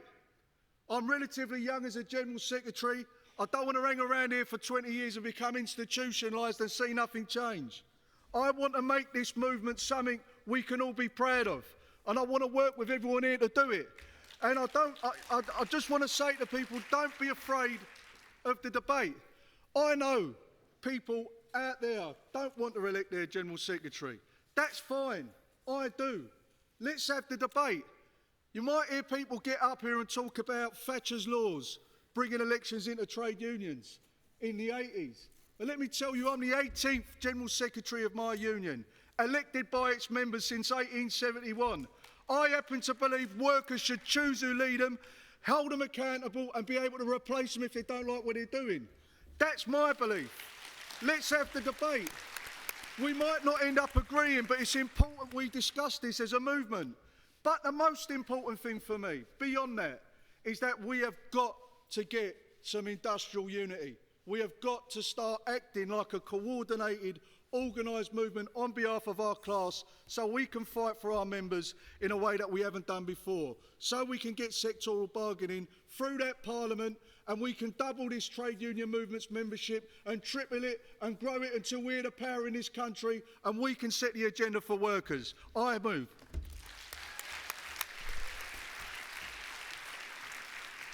Thank you, Eddie.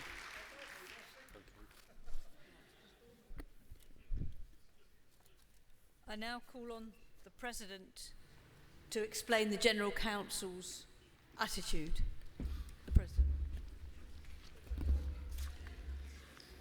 Morning again, Congress. Thank you, Dave, and thank you, Eddie, for moving and seconding the motion.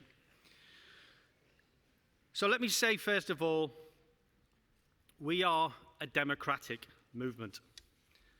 And democracy has always underpinned the work of the TUC. Let me also say that no one in the room doubts the value of the aspirations set out in points 3 and 4 of motion 76. We all agree we need to harness the power of unions, expand collective rights, and to raise the living standards of working people. That is essentially what the TUC exists to do. But the motion also commits us to a top-to-bottom review of the TUC and crucially seeks to predetermine the review's outcome before it is even launched. A genuine review would allow for democratic decision-making following a full and proper consultation with our member unions and a robust examination of different options and genuine debate before outcomes are determined. However, motion 76 says the review's outcome must result in the formal election of our General Secretary and Deputy General Secretary every 5 years. Under the TUC rules, the TUC General Secretary is elected by Congress and remain in office so long as their work and conduct gives satisfaction to the General Council and the representatives attending Congress. It's not a job for life. Under our current rules, unions don't have to wait 5 years to cast their verdict on the performance or conduct of the General Secretary. They can vote any time and remove him or her from office or agree to open up an election for the General Secretary. On top of this, since Paul was elected by Congress, we have agreed new processes to allow the Executive Committee and the General Council to rightly hold the General Secretary to account. it is perhaps worth making the point that the TUC is not a union. It is a federation of sovereign unions, and a key part of its role is building consensus amongst unions and a unity of purpose. Formalising what is likely to be a polarising election every 5 years would have the opposite effect. It would encourage candidates and unions to identify dividing lines, not build consensus. And it would potentially mean a General Secretary or candidate for General Secretary running for an election on a manifesto that is odds with Congress policy.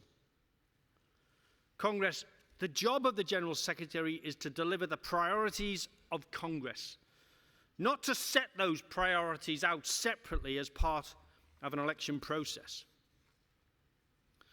The job of the General Secretary is also to play an impartial role in helping to build positive inter-union relations and resolve inter-union disputes. That becomes more difficult knowing that you may have to secure the votes of Union X or Union Y in an election every 5 years. The motion also suggests a DGS is elected every 5 years, but it is worth noting that the DGS position does not exist in rule, and it would have to be formalised in order to put the motion into effect. But again, there is a very real risk of this creating a point of division, not of unity. Do you really want a GS and a DGS elected on a mandate other than that set out by Congress? Or perhaps with a TUC GS elected on one slate and mandate and a DGS elected on another?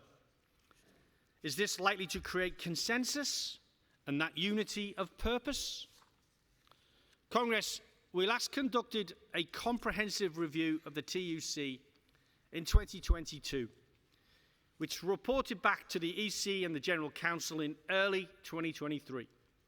It was clear from that review that there was not an appetite for the kind of changes set out in Motion 76.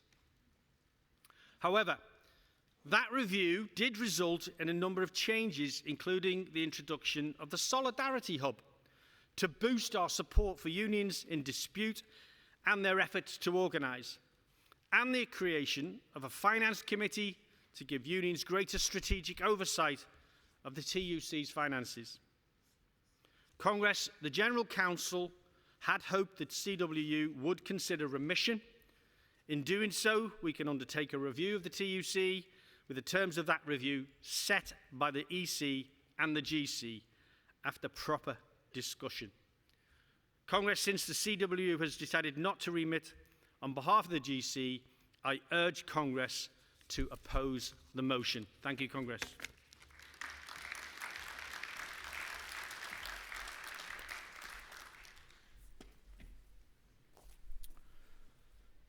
Okay, thank you, Congress. I'm now going to call some other speakers in the debate. I hope you're all ready. I call on the RCOP. FBU next, please be ready. RCOP, please.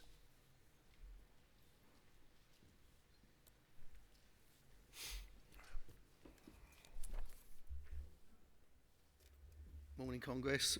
Martin Furlong, Royal College of Podiatry, and in my second to last Congress, finally get up to oppose a motion.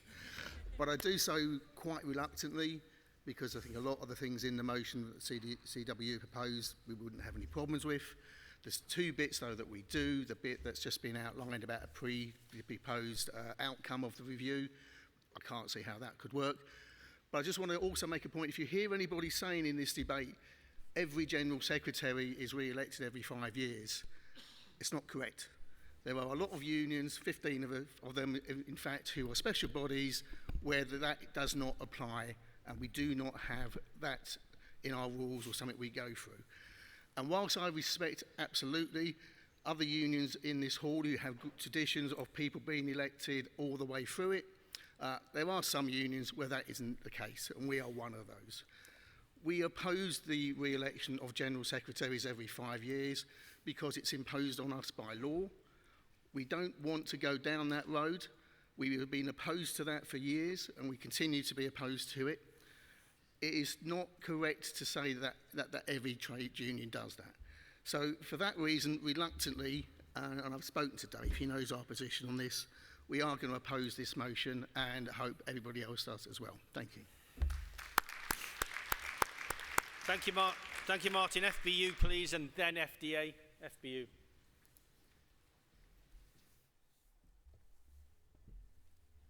President Congress, Steve Wright, Fire Brigade Union, speaking in support of motion 76. And look, I want to thank Dave, thank the CWU for bringing this motion. Look, whatever your stance is on this, this is the place to have the debate, this is the debate to have the discussion and air our views on it. As many of the other speakers have said, look, we may have different views, but this is where we need to have the discussion and the debate. But look, it's never easy shining a light on your own organisation, or the TUC in this case, but sometimes that's necessary.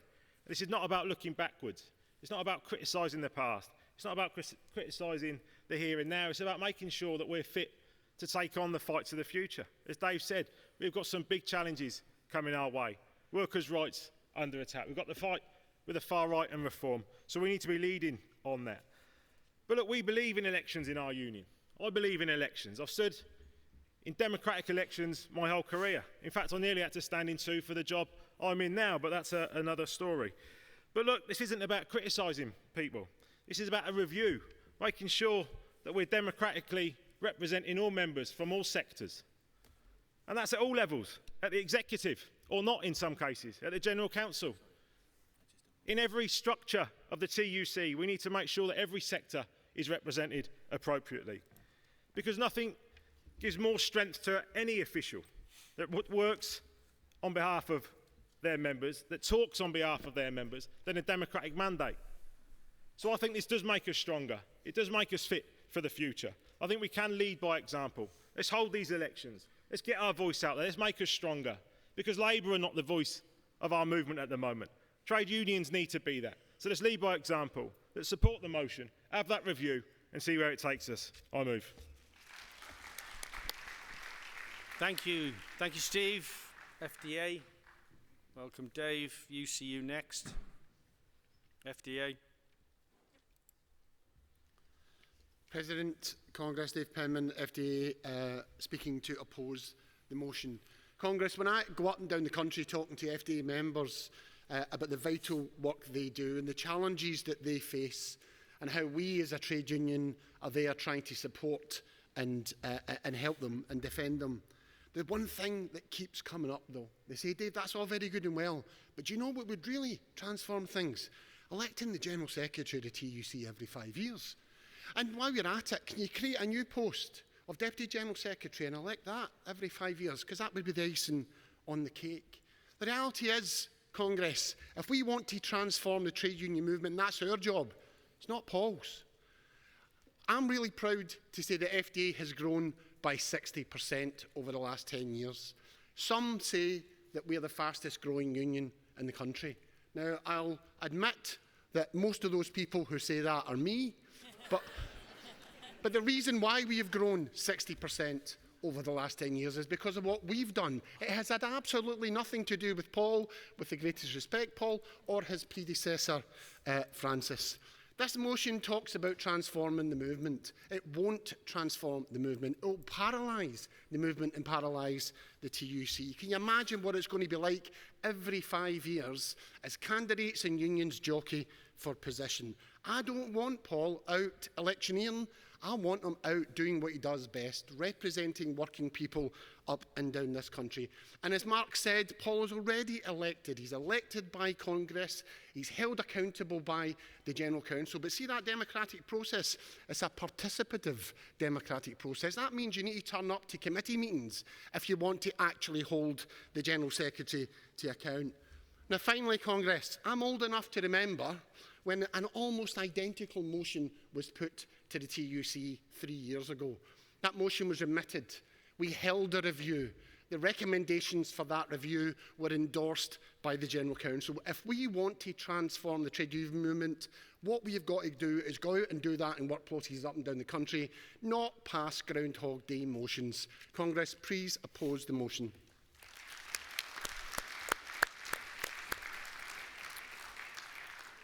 Thanks, Dave. call UCU, please. Joe, welcome. Next up will be NAHT. Please be ready. Joe, please.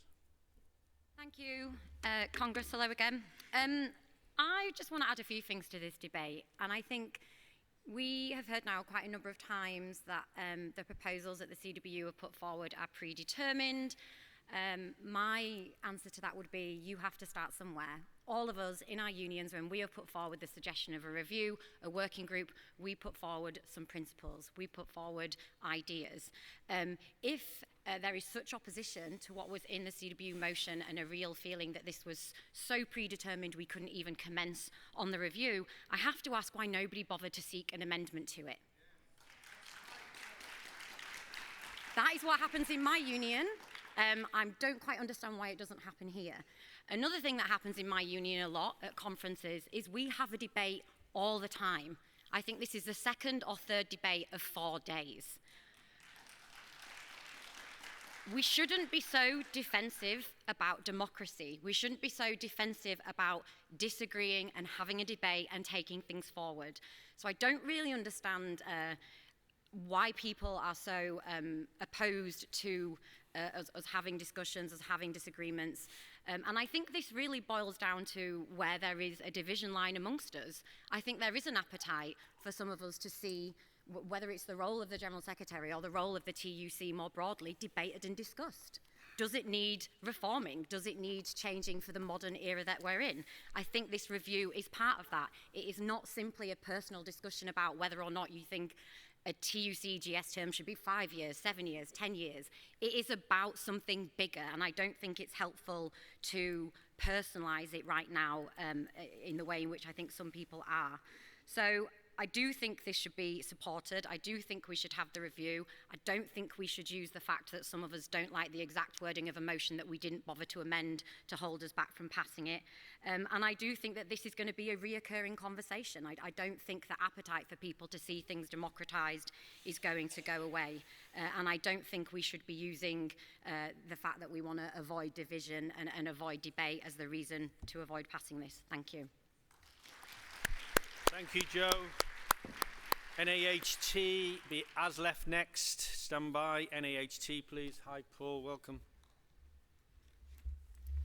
Congress, Paul Whiteman from NAHT, speaking in opposition to the motion. We've got no problem at all with a review as long as it's a purposeful review. And it doesn't just become a distraction. At a time when there is a fight to be the legitimate legitimate voice of working people, do we really want to go down a rabbit hole of internal debate when we should be making sure that we establish ourselves as such? Our structures do not establish us as the legitimate voice of working people. What we do does. I believe that the structures we have already can do what we need them to do if people turn up. I'm afraid to say, when I look around the General Council table at times, it is woefully empty. We have to turn up, we have to take part, and we can change things under the structures that we have already. But if we are to have a review, if we are to do it, please, please, please don't predetermine the outcome. And this motion does predetermine some of the outcomes of that review. Frankly, colleagues, that's what the Tories do when they want to rob working people of something to give them a veneer of credibility. Let us not fall into that trap. If we're going to have a debate about elections, let's have that debate. Let's establish whether it is desirable or necessary and move on. But let's not do it as part of this decision. And Joe, just on your point about amendment, it's a fair point, but it's not amended. So we have to debate what's in front of us and the impact of what's in front of us. And that's why we say oppose this motion. Let's not make a mistake, and let's make sure we build for the future in a positive way. Thank you. Thank you, Paul. ASLEF next, please. And I will be calling Equity next. So be ready, ASLEF. Thank you. Thanks, President. ASLEF in support. And you must be choking down a couple of red herrings at the moment. The TUC is not a trade union. Well, nor is my golf club. But I have to go in every year and elect the captain. And that this is about adopting anti-trade union laws. Well, no, it's not. We can be opposed to anti-trade union laws and still support democracy. They're not interchangeable. Both statements can be true. So why are we on, let's look at the review part of things. It's healthy to be review stuff, right? You know, if we look at the state of the country at the moment, you know, millions of people in unskilled, low-skilled, low-paid work. You know, structurally, the country is ruined, industrially, and yet we seem to be stagnating. And Joe made the point, you know, some of the debates we have in this room, you know, we nod through, and it's all about backslapping and happy clapping, but actually these are proper debates that we should be having. You know, we seem to be subservient to Labour, and you know what? The people out there see that. Working people in the communities and places where I live, council estates, and they look at us like we've got two heads. This review, with the structures, would help do that. I mean, we're reviewing our comm structures at the moment, right, within ASLEF. And, you know, we do that because it's a healthy way to do things, and we're finally moving away from pen and parchment to electronic data. But, you know, that's a part of what we do. We shouldn't be afraid of that. And most of you in this room would have been elected to be here or nominated to be here. I was definitely elected, right? And those laws that cover my election and the General Secretary's election are under statute, all right, every 5 years, but I welcome them. I don't like it, but you know what? I'm asked by my members and challenged by my members about what I want to do within the trade union. And if I fail them, well, they deselect me, and that's fine. Yeah, that's a part of the process, and I think it keeps our union responsive and grounded. And isn't that what we want the trade union movement to be doing right now, yeah? So we should be supporting this motion because inaction is not an option here. Thanks.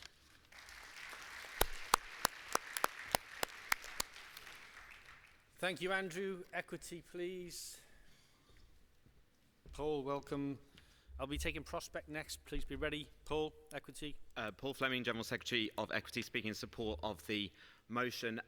Congress, when you leave the hall today, you will have a perfect vision of the West Pavilion of Brighton.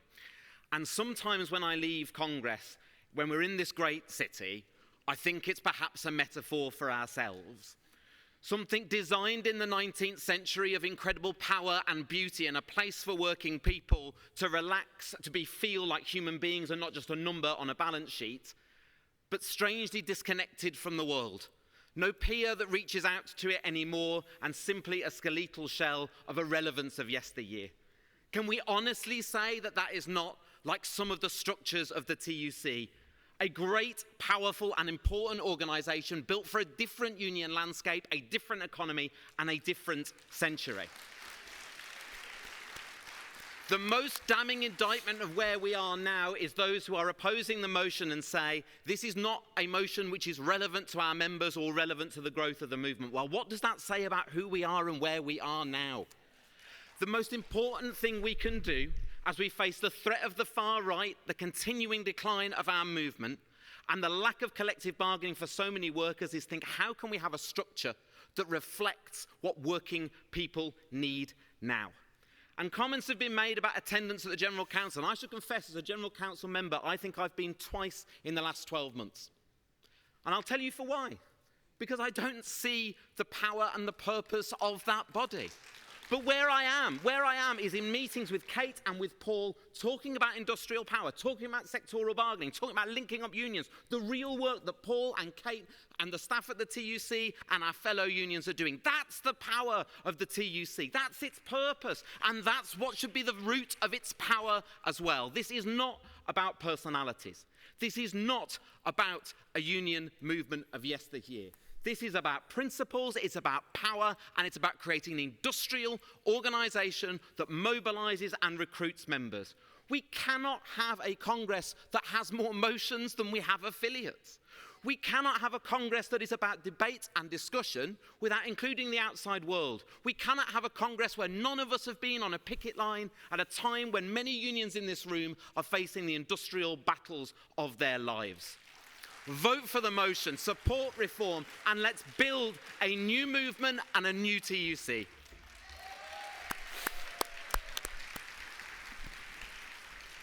Thank you, Paul. I now call Prospect. I will be calling NEU next. Stand by, Prospect. Kieran Walters, Prospect, speaking to oppose motion 76. Congress, Prospect opposes this motion not because we don't agree that our movement faces historic challenges, nor because we think our movement is perfect, or that the TUC must never change. We can and must grow our movement. Union membership in the private sector has fallen to just 12%, a figure that puts good conditions for every single worker at risk. A crisis we need to reverse. But my union is growing in the private and in the public sector. New members and new agreements in tech, the creative industries, and in renewable energy. New thinking in new sectors for us. Growing our organising and influencing at work every single day. Sadly, this motion would do nothing at all to assist with that. A year-long review with outcomes already decided. TUC elections that would distract and destabilise our movement, causing our reps to turn inwards at just the moment we need to turn outwards.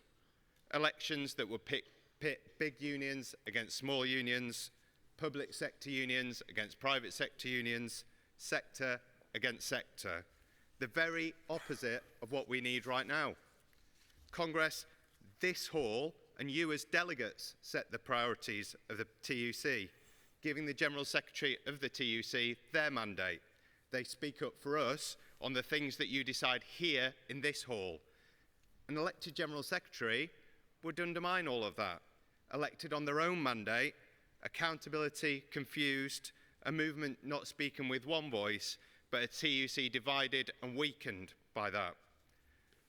The new union access rights in the Employment Rights Bill are a historic opportunity for unions to speak to millions of workers that are not in a union at the moment, to recruit and to organise, and to win better rights for every single worker. So please commit to making that agenda our priority and oppose this motion.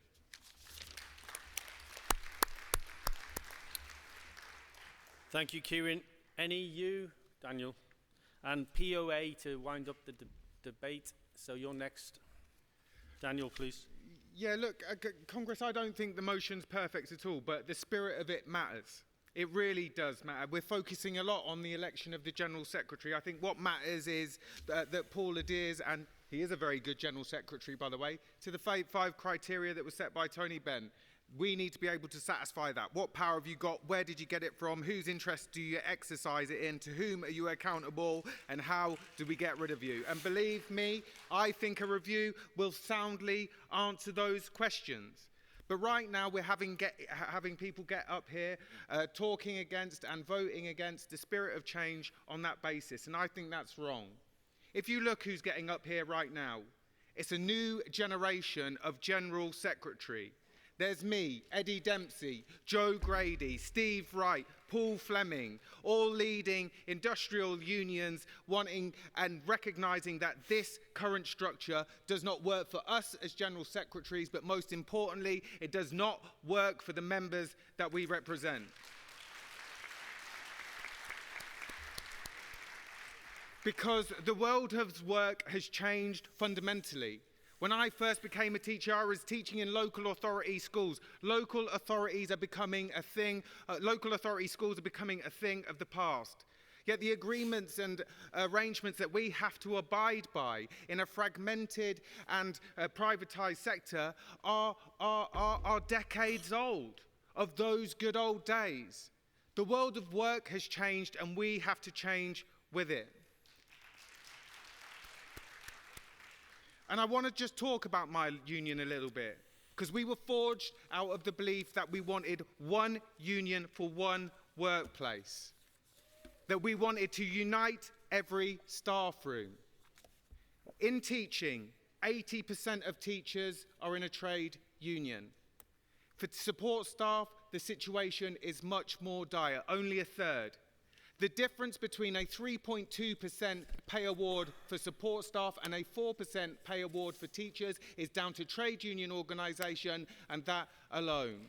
Now, I want to ensure that in this union, in this trade union movement, that we work together and we put aside sectional interests and fight for our class interests.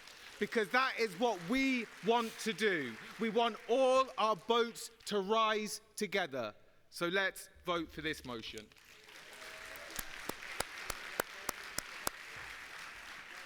Thank you, Daniel. I now call the POA. Steve, is it? Yes, thanks, Steve. And then I will give CWU the right to reply.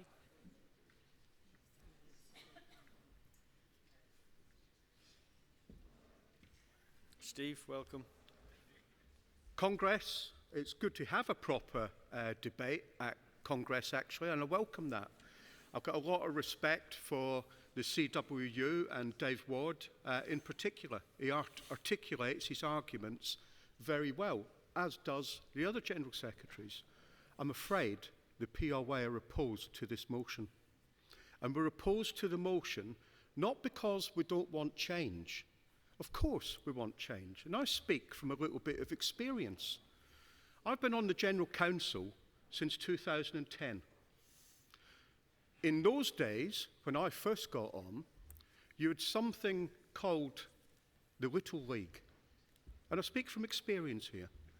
That did not work because it was about electing unions that fell below the 100,000 members threshold.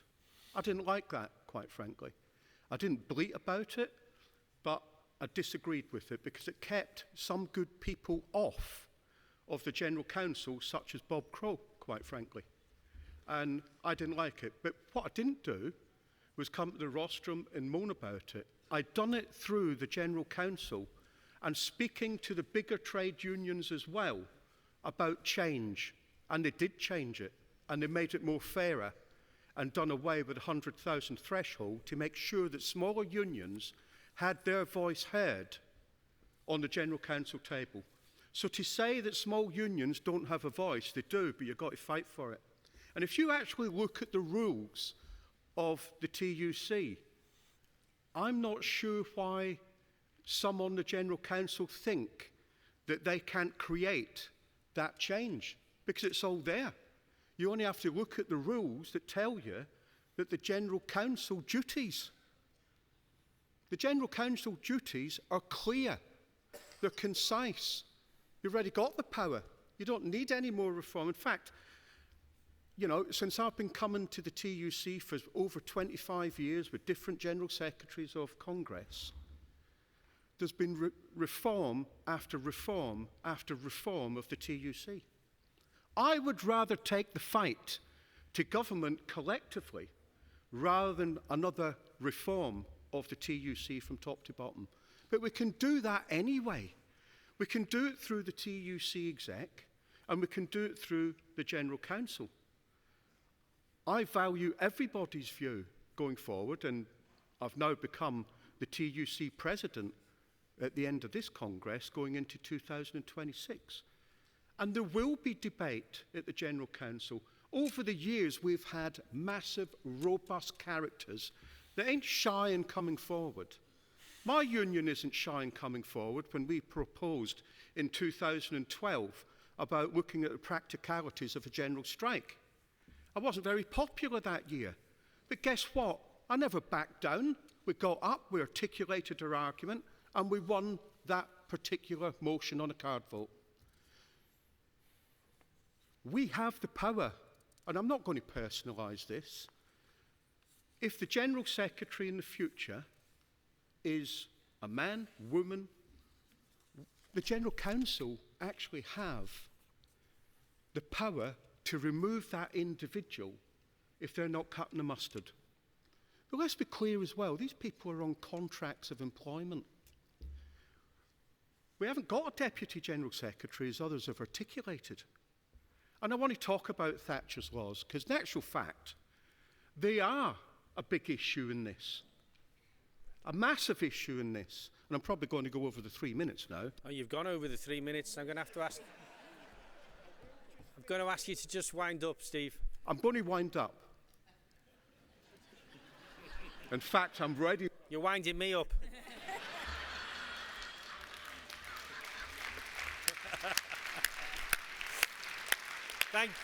Thank you, Steve. I'm going to regret that, I'm sure.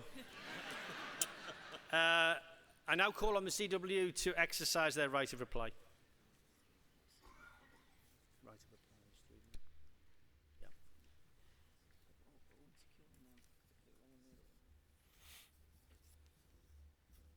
Yeah, thanks, President, and thanks to all the speakers who supported the proposition, made some great points, and I respect all the speakers who came to the rostrum to put their point of view in opposition. So why didn't we remit this proposition? Because yes, as has been mentioned, we brought a proposition, I think it was 3 years ago, that said similar things. I think this one's a bit sort of harder hitting in many ways because it's meant to be making us all recognise the circumstances of change, which I think you know, and I don't think anybody would disagree with that. But when we said at the General Council that we weren't remitting the proposition, there was a palpable change of atmosphere. And one of the reasons that we brought this here today, a bit like Joe Grady said during another debate this week, is actually we don't come here to moan, Steve, and I've got the utmost respect for you. We come here to move our movement forward. We come here to put arguments that we would hope are well thought out.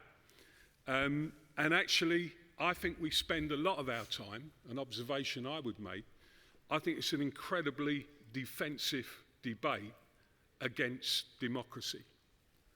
I think if you went to our members, if you went to your reps and you said, so how do you elect the head of the trade union movement in the UK, I don't think many people would be able to tell you the things that people in opposition to this have said today. And whether we like it or not, it is a hereditary system. I don't even profess to know exactly how. And I'll repeat what I said, not to bring personalities in it, but to show our support for the work that Paul Novak, Kate and the TUC are doing. We're fully behind you. And I'm going to say this as well. You see, it ain't definitely just about people here. It's about every affiliate. And I'm going to say to you my observation, as somebody who's been around the movement a long time, I don't think we're as united as we sometimes pretend when we come to this Congress. I think there are debates that we never have out in the open, that if we had them out in the open, we would come away stronger. I think one of those debates, if you really want to build a strong movement, is whether as affiliates we're willing to perhaps sometimes, yes, stand up for the sections that we represent, get that 100%. Would never think that that would be the job of Paul to impose or anybody. But surely it's right that we end the inter-competition to try and grow this movement. Surely now, bringing in new structures that would fundamentally set a direction of greater cooperation, that is the only way we're going to win for workers. Dave, you're over time, please, when you wind up. Appreciate the debate. We came here because we want to have this debate, and we'll be coming back again with a better set of words that make sure we have that debate, and we'll be taking every opportunity at the General Council, the Executive Committee, and I'm so pleased to see some new trade union leaders, younger trade union leaders who support that stance. It ain't going away. Thank you, Dave.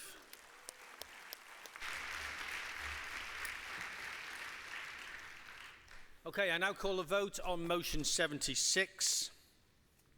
Will all those in favour please show? Thank you. Will all those against please show? The motion is defeated. Thank you. Thank you for the debate. Congress, I now intend to take outstanding business from yesterday, motions 38 and 39, and section 3 of the General Council's report, a fairer economy and strong public services, from page 32 of the report, and I will explain how I intend to take the debate. I will take motions 38 and 39 together, as a single debate along with paragraph 3.6 of the General Counsel's report. First, I will call the mover and seconder of motion 38, Disabled Workers Oppose Welfare Reforms. I will then call the mover and seconder of motion 39, Oppose Disability Benefits Cuts Emergency. I will then open the debate to other speakers. I now call paragraph 3.6 and motion 38, Disabled Workers Oppose Welfare Reforms. Congress, the General Counsel support both motion 38 and 39 with explanation. I will call on the TUC Assistant General Secretary to explain the position on behalf of the General Counsel. Motion 38 will be moved by unison on behalf of the TUC Disabled Workers Conference. It will be seconded by Unite. Unison, please.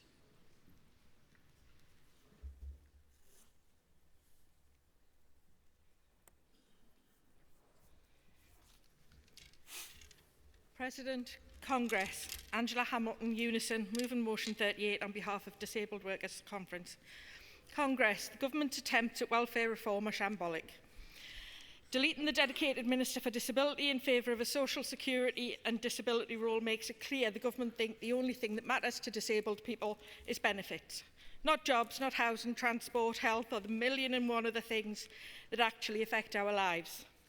This is probably because they've continued the Tory approach of listening to self-proclaimed disability experts, people with an interest in disability, instead of talking to real disabled people with real lived experience.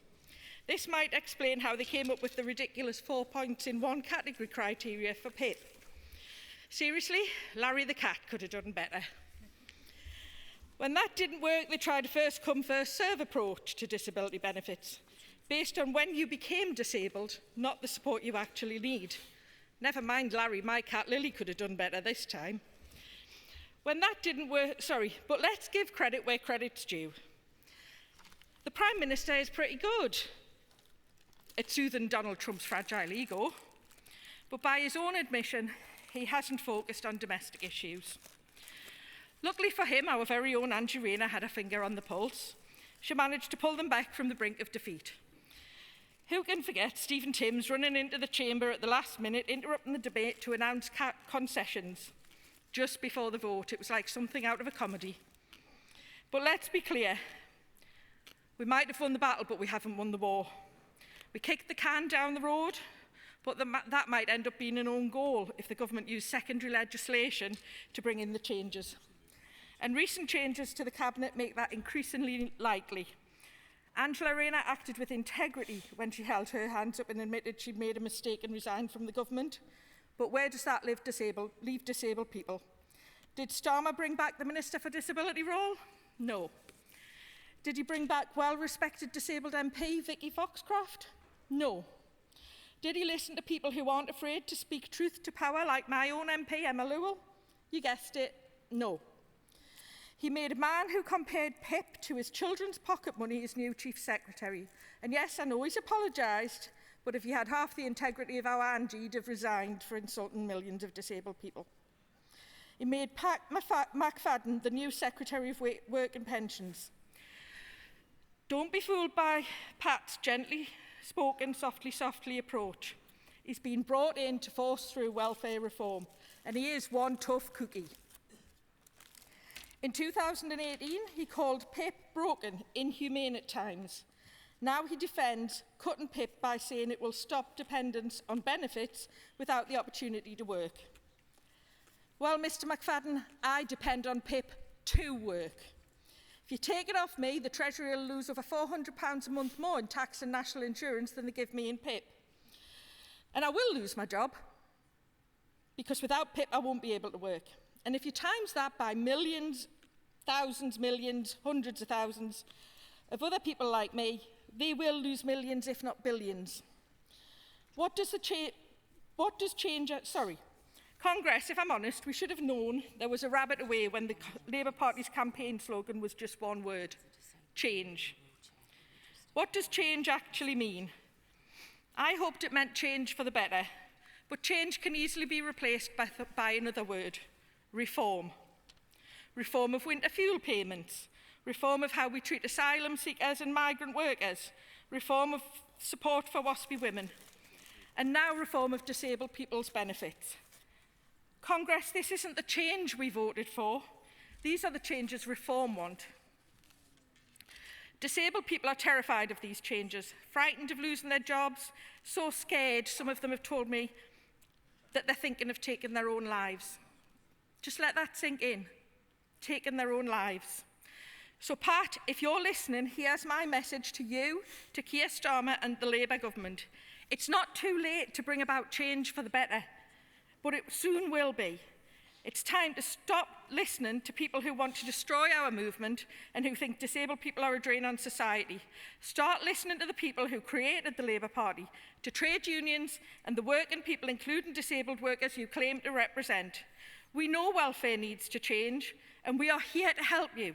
Start listening to the people who want a Labour government to succeed, to be the best it possibly can.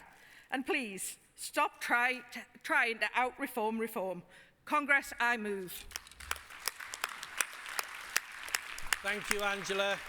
Very bang on time. Appreciate speakers keeping to time. Thank you, Angela. Unite, please.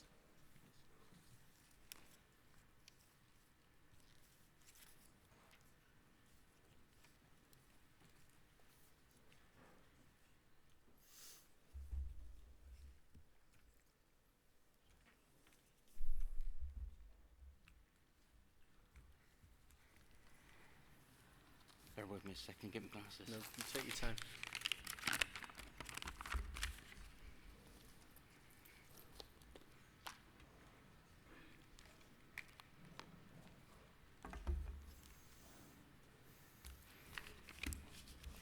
Martin Gwyfer, seconding this motion for the TUC Disability Workers' Conference.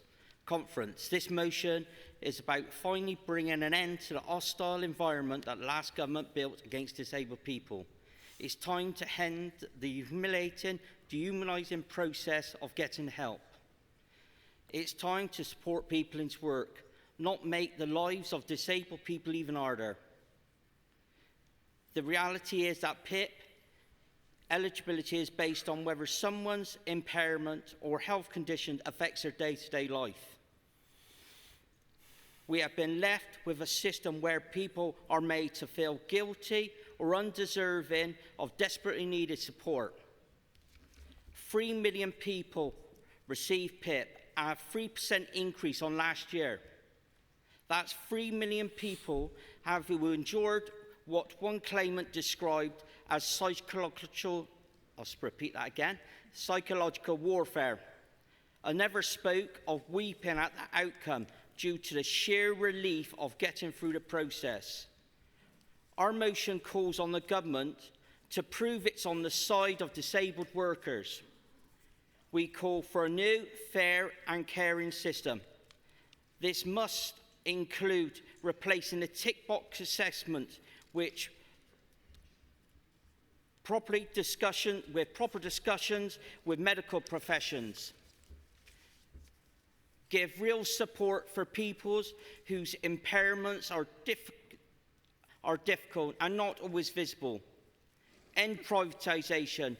There is no place for profiteering in our welfare system. Congress, please support. I second.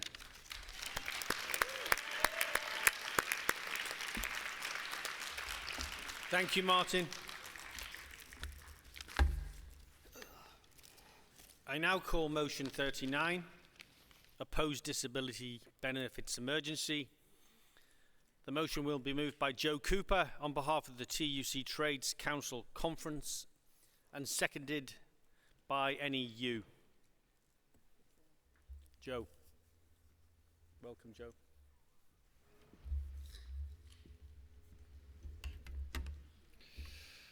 Congress, President, comrades, Joe Cooper, representing the Trades Councils. First time at Congress, first time speaker. Congress, even before the government's attacks on our country's disabled population, The rights and protections of disabled people stood and stands as unforgivably inadequate and humiliating, disproportionately affecting working class disabled people, making this a class issue. What value is a working class person under capitalism who cannot work or cannot work to spec? For millions of disabled people in this country, they live those punishments on a daily basis. They are constantly reminded they are a burden, they are a waste of resources, that they are not value for money. These are our people. These are our comrades.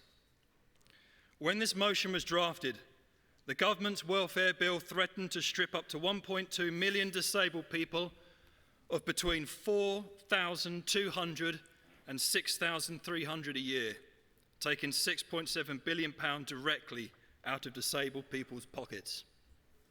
Campaigning has already forced concessions. The harshest PIP clause, the new 4-point rule, was dropped. And existing universal credit health element claimants will now continue to see inflation-linked increases, but it is only a partial victory. The danger remains. New claimants will still lose out, and PIP changes are only postponed to a review. And the bill, as passed, still entrenches cuts for the future. And we cannot ignore the wider climate. The right, Reform UK and its regressive bedfellows, are pushing rhetoric that denies and erases disabled people's realities, talking of overdiagnosis, of blaming benefit claimants for the state of the economy. This disability erasure is not just words. Follow the trajectory. Where does this end, Congress? Trade unions and charities have warned clearly the harm that this discourse brings, and that is why our movement is vital. Here in the Trades Council movement, Leeds TUC put the fight against disability cut centre stage of their May Day rally. They now ensure that DPAC observers are present at their meetings. Many trade councils across Britain are doing the same. Together, we've written to MPs and councillors demanding they take a stand. We take to the streets with the message of solidarity, working with our communities to raise awareness and opposition to these shameless cuts. This is the Trades Council movement at its best, uniting workplace and community and giving a platform to disabled people themselves. Comrades, send delegates to your local trades councils. Help us build the movement. Help us amplify trade unionism across every city, town and village in our country. So Congress, this motion calls for a properly resourced and supportive social security system, and not a punitive, but a supportive assessment system, protection for carers and young people, and investment in our public services. And crucially, it calls on the TUC to coordinate demonstrations and sustained campaigning.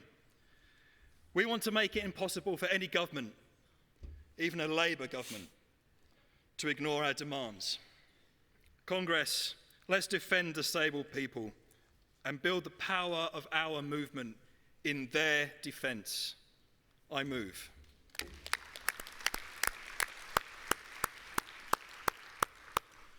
Thank you, Joe. Another great speech from a first-timer. Well done, Joe.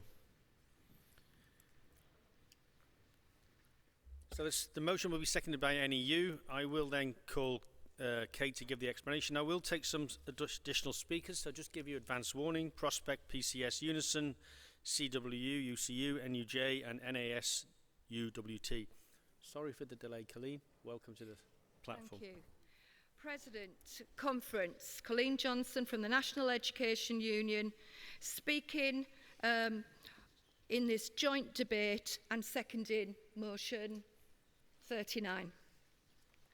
So, you know,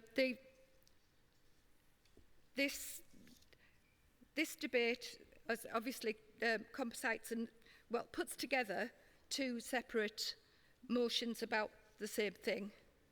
And it was around this issue that there was a lot of anger and concern at TUC Disabled Workers Conference.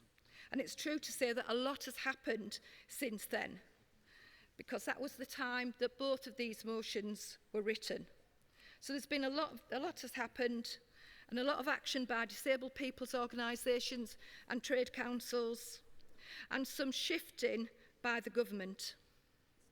But the battle is not over yet. Rumours abound of welfare reform being looked at again by the government, with Nigel Farage too stating he's the man to sort it all out. So let's look at the real issues. Disabled people want to work. Some can only manage part-time and a few won't be able to work at all, but the vast majority want and indeed need to work. So what stops them? It's simply inaccessible workspaces and a lack of adjustments, including a lack of disability leave. That's why the NEU created the Disability Equality Toolkit to help members collectivise around these important issues. In May, we surveyed our members and found that 76% of disabled members who responded to our survey received PIP, personal independence payments, with 63% of those members saying they wouldn't be able to work without them. They told us it helped them with transport to and from work, allowed them to work reduced hours so they could manage their impairments better, and in some cases it helped ensure they had enough energy to get through the working day. Only 24% of respondents got access to work, with some saying that if they didn't get it, they would need a more flexible timetable. So obviously, PIP and access to work are crucial to disabled people thriving in the workplace. Currently, those with existing PIP will receive it until their next review, but new applicants will face new rules and more are likely to be unsuccessful. Our concern is that this will affect people being able to train as teachers and TAs. It will stop them accessing jobs and remaining in work. This loss of support will mean we lose valuable teachers and essential support staff. It won't help the recruitment and retention crisis. If the government are serious about building an inclusive education system, it has to have the widest range of staff as well as students. These cuts are sending a message that disabled educators are not wanted, and the cuts must be seriously challenged. We should not have a government pandering to negative right-wing stereotypes of disabled people. They should lead by example. Conference support both motions, please. Thank you. Thank you, Colleen. I now ask Kate Bell to give the explanation before taking additional speakers. Thank you, Kate.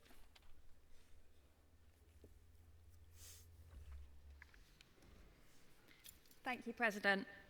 Congress, the TUC has been vocal in its opposition to the government cuts proposed to social security.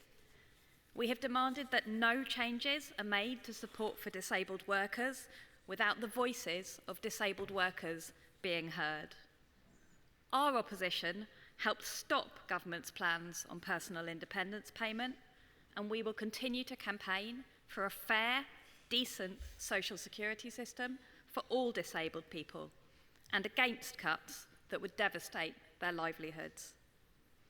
The motion calls for a range of actions by the TUC in response to the government's original plans, including a demonstration, a lobby of Parliament, a weekend demonstration, and an accessible static lobby of Parliament. So the TUC will consult with the General Council on the most effective and most accessible form of action to raise our voice against any further planned cuts and ensure that the voices of disabled workers are heard. And with that explanation, the General Council support both motions. Thank you. Thank you, Kate. So I'll now take additional speakers. Prospect, please, next. And could PCS be ready?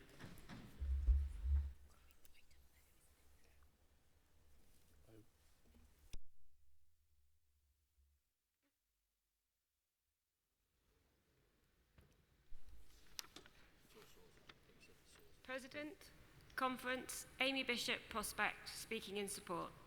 First-time delegate, first-time speaker.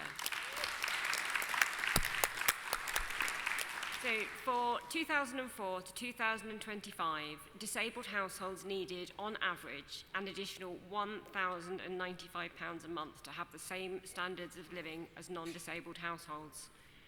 The estimated shortfall in disabled household income between extra costs and PIP is £630. On average, this is 67% of household income. This shortfall is only predicted to rise, especially with the planned social security changes. Campaigning was effective in making the government make some concessions in the Universal Credit and PIP bill.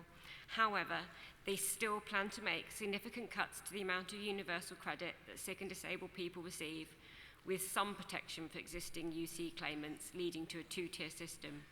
They may have taken the PIP plans out of the bill, but the scope of the Timms review of PIP is wide-ranging, with a target of making PIP sustainable to support generations to come. And I think we can all agree that this pretty much always means cuts. Despite what many think, PIP is non-means tested, and there are many claimants who do work. Cutting their PIP could very easily push them out of work, the exact opposite to what the government wants to achieve. Disabled people spend their PIP on a wide range of cuts, including pre-prepared meals, cleaners, therapies they can't get on the NHS, higher utilities bills, much-needed disability-related equipment, and much, much more. With social care being cut so much due to tight council budgets, many disabled people do not qualify for their support either.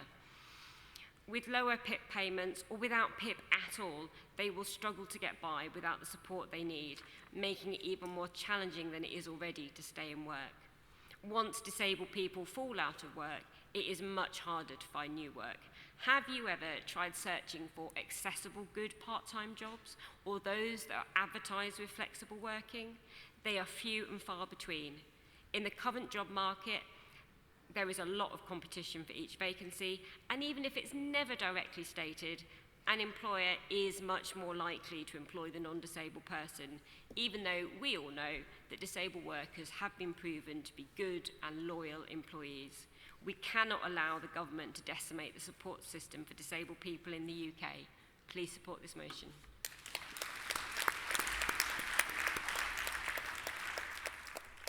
Thank you, Amy. Brilliant job. Brilliant job. First time speaker. First time delegate. PCS, please. Unison next, but PCS, thank you. Thank you, President. Congress. Hannah David, PCS, speaking in support of motion 38. This motion calls on Congress to stand in solidarity with disabled workers and oppose the government's proposed reforms to PIP and UC, which threaten to push hundreds of thousands of disabled people into poverty, unemployment, and social exclusion. This is an issue close to my union's heart, not only because of how many members or the friends and family members currently or one day may rely on them, but also because many of our members are the ones who work at DWP administering them. This government plans to cut £5 billion from PIP, with changes including a new eligibility threshold requiring claimants to score at least 4 points on the daily living activity. These changes will result in 370,000 current PIP recipients losing entitlement and 430,000 future claimants being denied support. The average loss per affected person is estimated at £4,500 per year, with some losing up to £6,300 annually. Universal credit health elements will be frozen for existing claimants and reduced for new ones, affecting 2.25 million people, with average losses of £500 to £3,000 per year. PIP is not an out-of-work benefit. It's a lifeline, not a luxury. It supports disabled people with extra costs of living with a disability, including therapies not accessible on the NHS, accessible transport, and specialist equipment like I use and without which I wouldn't be able to work. According to Scope's disability price tag in 2025, disabled households face £1,095 in extra costs per month, or £13 £13,140 per year, and by 2030 this will rise to £1,224 per month, or £14,688 per year. I knew I shouldn't have put so many numbers in this. The average PIP payment is £465 per month, leaving £630 in a monthly shortfall.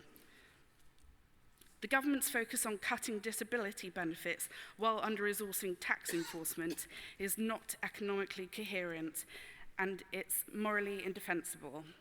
Disabled workers already earn 20% less than non-disabled peers on average, and 31% of disabled workers are part-time compared to 25% of the general workforce.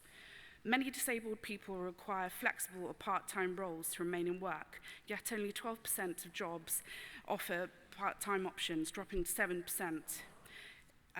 It's good to focus on the fact that tax evasion avoidance costs the UK, by the government's own estimate, £47 billion annually, with PCS estimating the figures to be as much as twice this.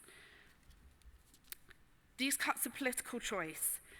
They are choosing to spend our money elsewhere. It's a violence against us all, and we must all loudly oppose them together. So please, dear comrades, support motion 38 and the others. Thank you, Hannah. Thank you, Hannah. I slipped up earlier announcing the speakers.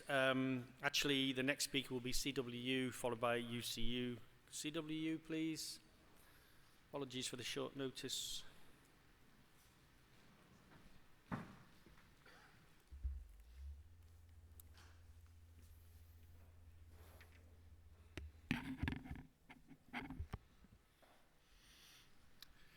President Congress Lisa Elliott, CWU, to support this motion. I stand before you today with a heavy heart and an unwavering commitment to speak on a matter of profound importance. The government's spring statement has ignited a fire of anger and indignation among us. The statement proposes significant welfare changes to personal independence payment and universal credit that threaten the very livelihood of disabled individuals across our nation. Let us be clear. The proposed cuts of £5 billion from personal independence payment represent an unacceptable assault on the dignity and rights of disabled people. These cuts are not mere numbers on a spreadsheet. They are the potential loss of critical support for individuals who rely on these payments to cover essential disability-related costs. Costs that often include therapies unavailable on the NHS and other support that enable disabled individuals to maintain their employment and contribute to society.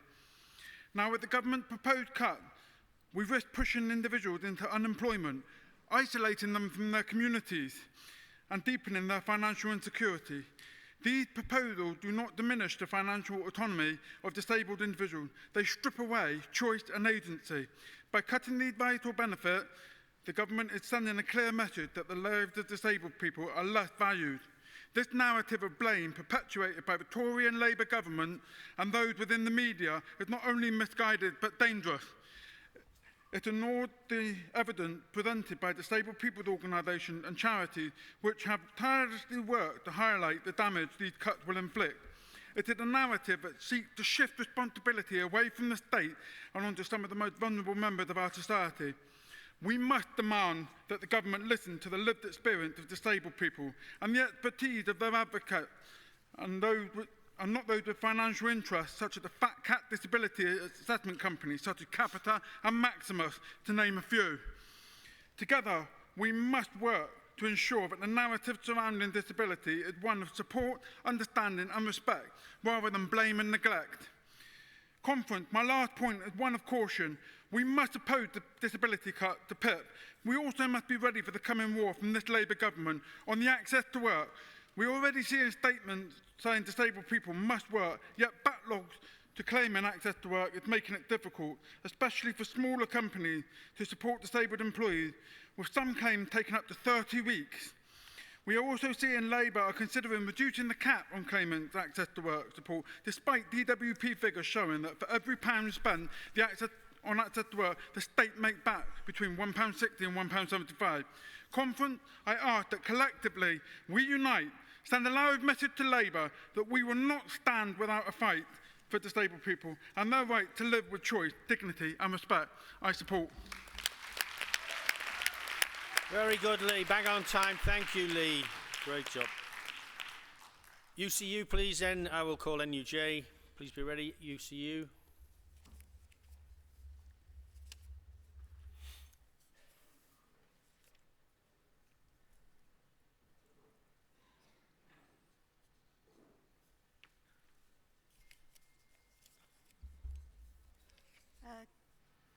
President, Congress, I want to put this discussion into a slightly wider agenda, because these cuts affect us all of us. I'm Pat Roche, representing UCU, and UCU notes with anger the attacks at our disabled members. The most recent statement by the government argues that the welfare bill will protect the most vulnerable with robust protections in place. Well, I wouldn't like to think what the robust protections are, because I can't find them. Congress, we know better. The government is using what I call spreadsheet politics. There is no alternative, it's all about the money. They argue that costs are spiralling at an unsustainable rate.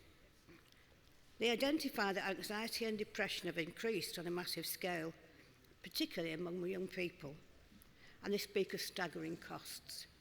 It is the language of a Labour Party. The staggering costs will be borne by our disabled workers. In an inaccessible society, disabled people already face barriers to accessing the workplace. Raise your hand if you think that you've got an inclusive workplace. Anybody raise their hand? Can I see anybody? No. There are no inclusive workplaces. We've had 14 years of a Conservative government who portrayed disabled individuals as work-shy benefit scroungers. Now, I'm a psychotherapist. It took me about 15 years, and I'm still carry on doing my learning. But Wes Streeton doesn't seem to need to be a psychotherapist. He's able to diagnose that there is an overdiagnosis of mental health conditions. Isn't that amazing? Without any training. The reality is that services are at a breaking point. I live in Blackpool, and in Blackpool, people die earlier. Many people in Blackpool become disabled because the conditions that they live in and the other coastal towns are really, really poor. So what we also need is we need the infrastructure to be sorted out. It isn't just about cutting benefits, it's about doing all the other things that we need.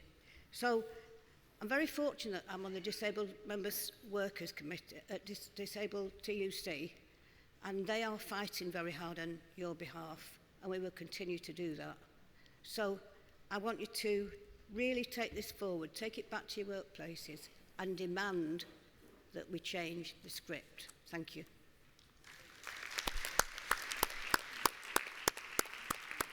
Thank you, Pat. NUJ, please, and then the final speaker in the debate, NASUWT. NUJ, please.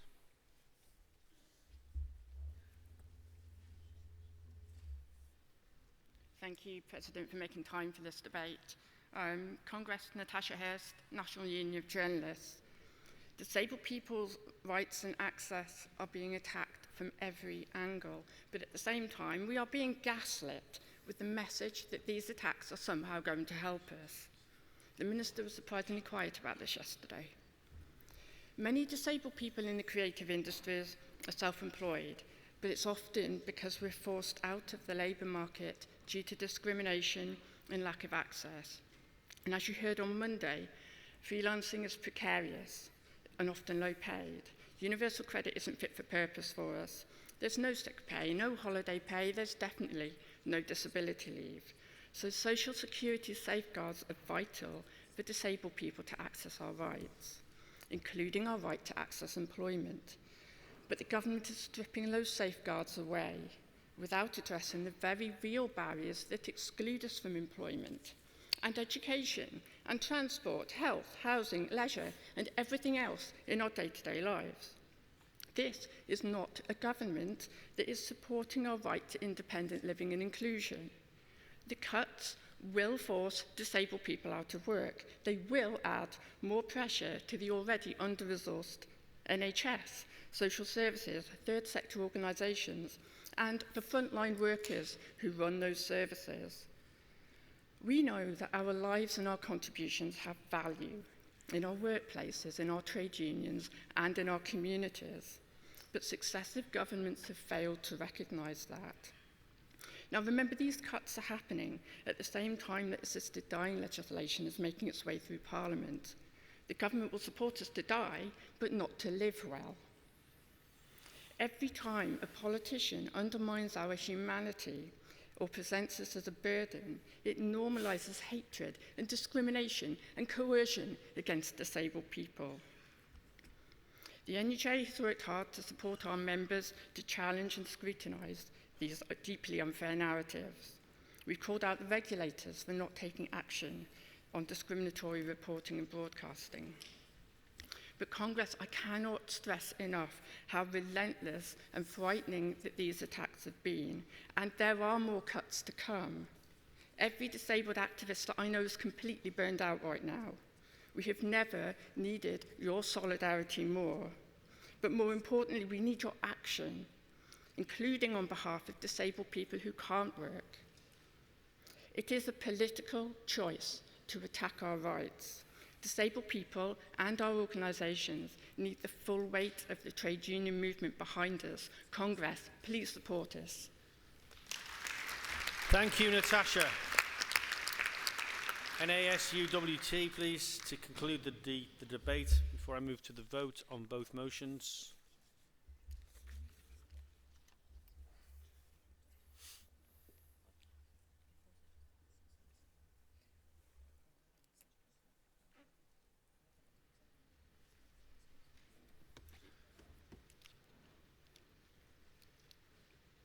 Alan Hackett, NASUWT, the Teachers' Union, speaking in favour of the motion. President, Congress. The NASUWT stands in solidarity with all disabled and neurodivergent people and continues to have grave concerns over the government's attempts to cut not just PIP and universal credit, but other areas of support, such as diagnostic pathways for neurodivergent people and access to work. The current government have made it very clear that they are not going to just continue the war on disabled people, but they are going to escalate it. We all hoped that the plans for support for disabled and neurodivergent people would bring significant pressure on all employers to remove the barriers for disabled workers. But yet again, we have been failed. Instead of increasing pressure on employers to make workplaces more accessible, the government has put the responsibility squarely at the door of disabled people. A government from a party that is supposed to reflect the social model of disability, not the medical one. With united pressure, the trade unions, along with trades councils, disabled people's organisations, managed to secure a significant stay of execution to the PIP changes. However, unless we maintain that pressure, that is all it will be. PIP is not an out-of-work benefit, yet our government continues to declare that removing it will enable people to work.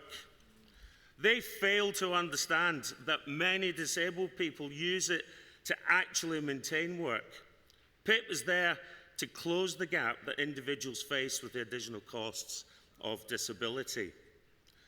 Many disabled workers use their PIP to fund the additional costs of getting to work and to meet the shortfall in reasonable adjustments, particularly those who are in precarious employment, such as supply teachers, who can fall under the radar when it comes to employers' responsibilities to make reasonable adjustments.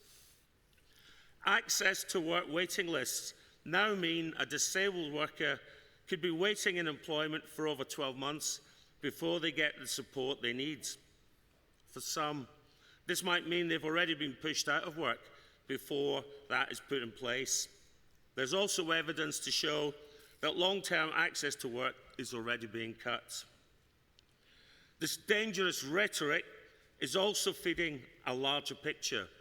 It builds on 14 years of ableism from the previous government. The portrayal of disabled and neurodivergent people is nothing short of discriminatory propaganda designed to cause division and harm to some of the most vulnerable people in society. And let's not forget that the UN have had the UK on warning concerning this treatment of disabled people since 2016. Mr. Timms, we have some suggestions for you. Stop wasting money by forcing disabled people to go to tribunal to appeal incorrect awards where nearly 3/4 of decisions are overturned. Stop allowing companies such as Maxima, Capita and Atos to profit from disabled people. Bring assessment back fully into public service. Start going after big corporations that seek to reduce or to avoid proper taxation, and start realising it could be anyone who suddenly finds their life changes and they need support from PIP or Universal Credit. Congress, please support the motion.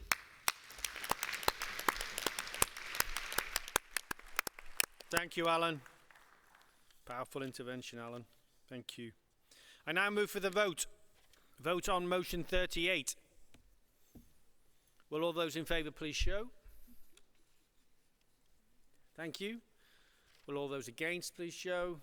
That's carried unanimously. Move to the vote on motion 39. Will all those in favour please show? Thank you. Will all those against please show? That's carried unanimously. Thank you, Congress. Congress, to ensure we take all business before the close of this session, my intention is to extend this session by 30 minutes with your permission. We would then close Congress and let you leave to have lunch and after the close of business. I once again ask all speakers to be as brief as possible. Please stick to time. Congress, is that agreed? Thank you. Okay, I now move to the emergency motions. I now call emergency motion number 1, defend the right to protest, defend democracy. The General Council support the motion with explanation. I will call on the General Secretary to give the explanation on behalf of the General Council. The motion is to be moved by UCU, seconded by RMT. UCU, please.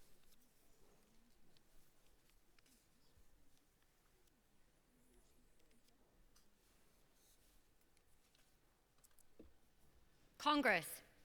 In an open and democratic society, citizens can take peaceful, direct action against mass atrocities, and they can do so without being bundled off by the police at dawn. In an open and democratic society, pensioners and wheelchair-bound disabled people can hold signs saying they oppose genocide without being branded terrorists. In an open and democratic society, people can march through the streets and call for peace without being arrested for banging pots and pans with wooden spoons. But Congress, we don't live in a society like that. 1 year into a Labour government, we live in an increasingly closed and authoritarian country, witnessing unedifying scenes of pensioners, the clergy and veterans being arrested en masse for holding placards. It was the Tories that first launched this recent crackdown, but instead of reversing these repressive laws, the Labour government has embraced them and in some cases gone further. This is not abstract, Congress. This is not somebody else's problem. UCU members have already been arrested for peaceful protest, and I know Unison and NEU members have been too. People from our union family, and their crime? Raising their voices against injustice. And if it hasn't already directly impacted your members and Congress, let me tell you, it will. Because when you criminalise dissent, when you hand sweeping powers to the police, when you silence critics in the name of public order, no one is safe. And we know where this road leads. We've seen across the world what happens when government curbs the right to protest. They do come for trade unions, they do come for our picket lines, and they do come for the right to strike. Do we think Labour will do this? No, maybe we don't. But do we think Labour are guaranteed to get re-elected? Do we think a reform coalition government in the future would not take inspiration from what we are seeing now and seek to go much, much further? That is why this motion matters so much. Congress, these attacks to protest seriously endanger democracy itself. They threaten the ability of working people not just to stand up against war, but to stand up against wage cuts, racism, climate destruction, and against the far right. And with the far right narratives currently being normalised, Labour should be defending our basic right to protest and democracy, not endangering it. Solidarity is the lifeblood of our movement, Congress, and we know an injury to one is an injury to all. If they silence the Palestine marchers now, we will see further silencing in the future.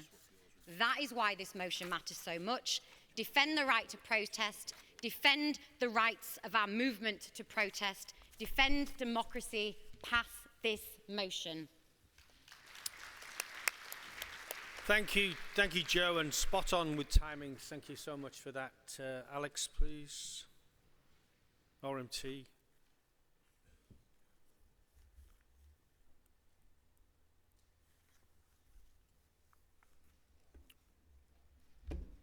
Thank you, President. Congress delegates, Alex Gordon seconding this emergency motion, following Joe Grady again, to defend the right to protest, to defend democracy. Congress, our movement was born in struggle and against, in the face of anti-democratic laws, and our trade unions' attitude to defending our members' rights and freedoms at work and in society defines us and is written in blood in the history of our country.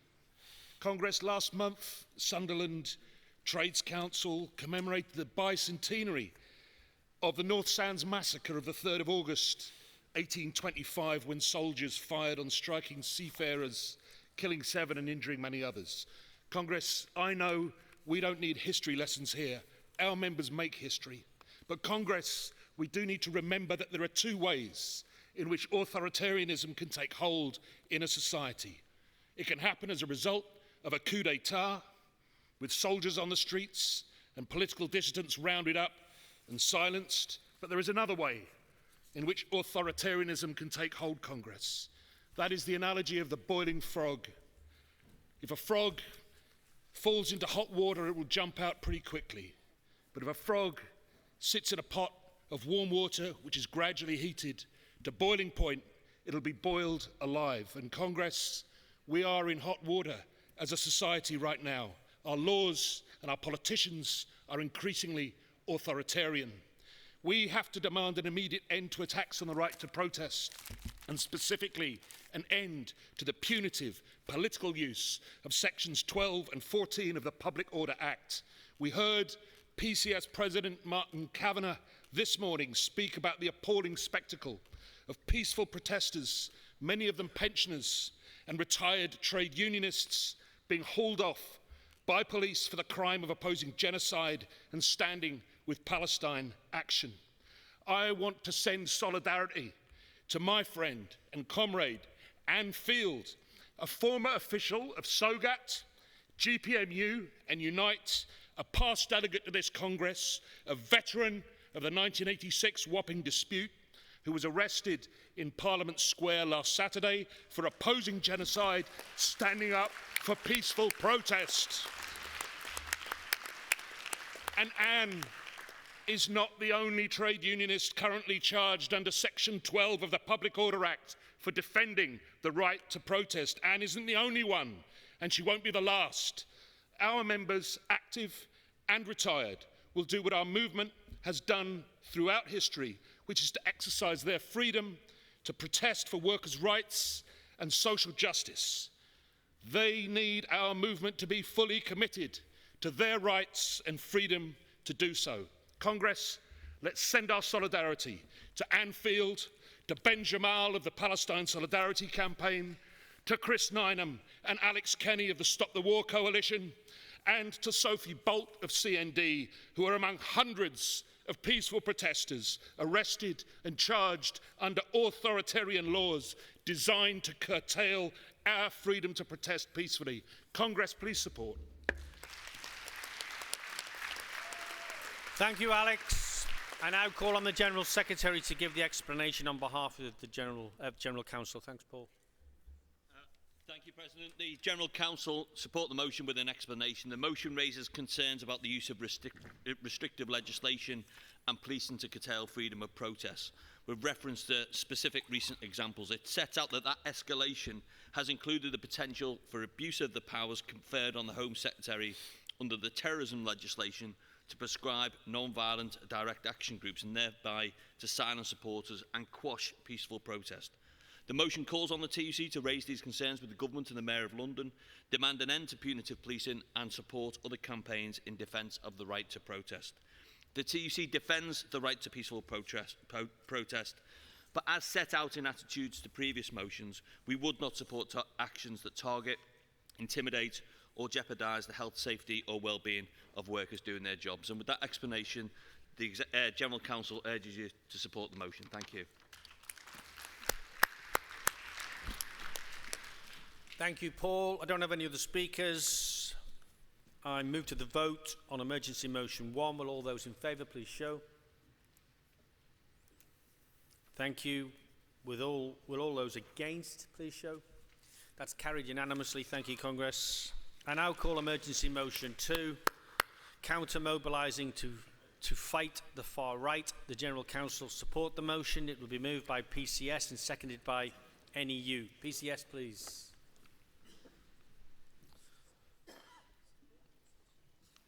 Thanks, Fran.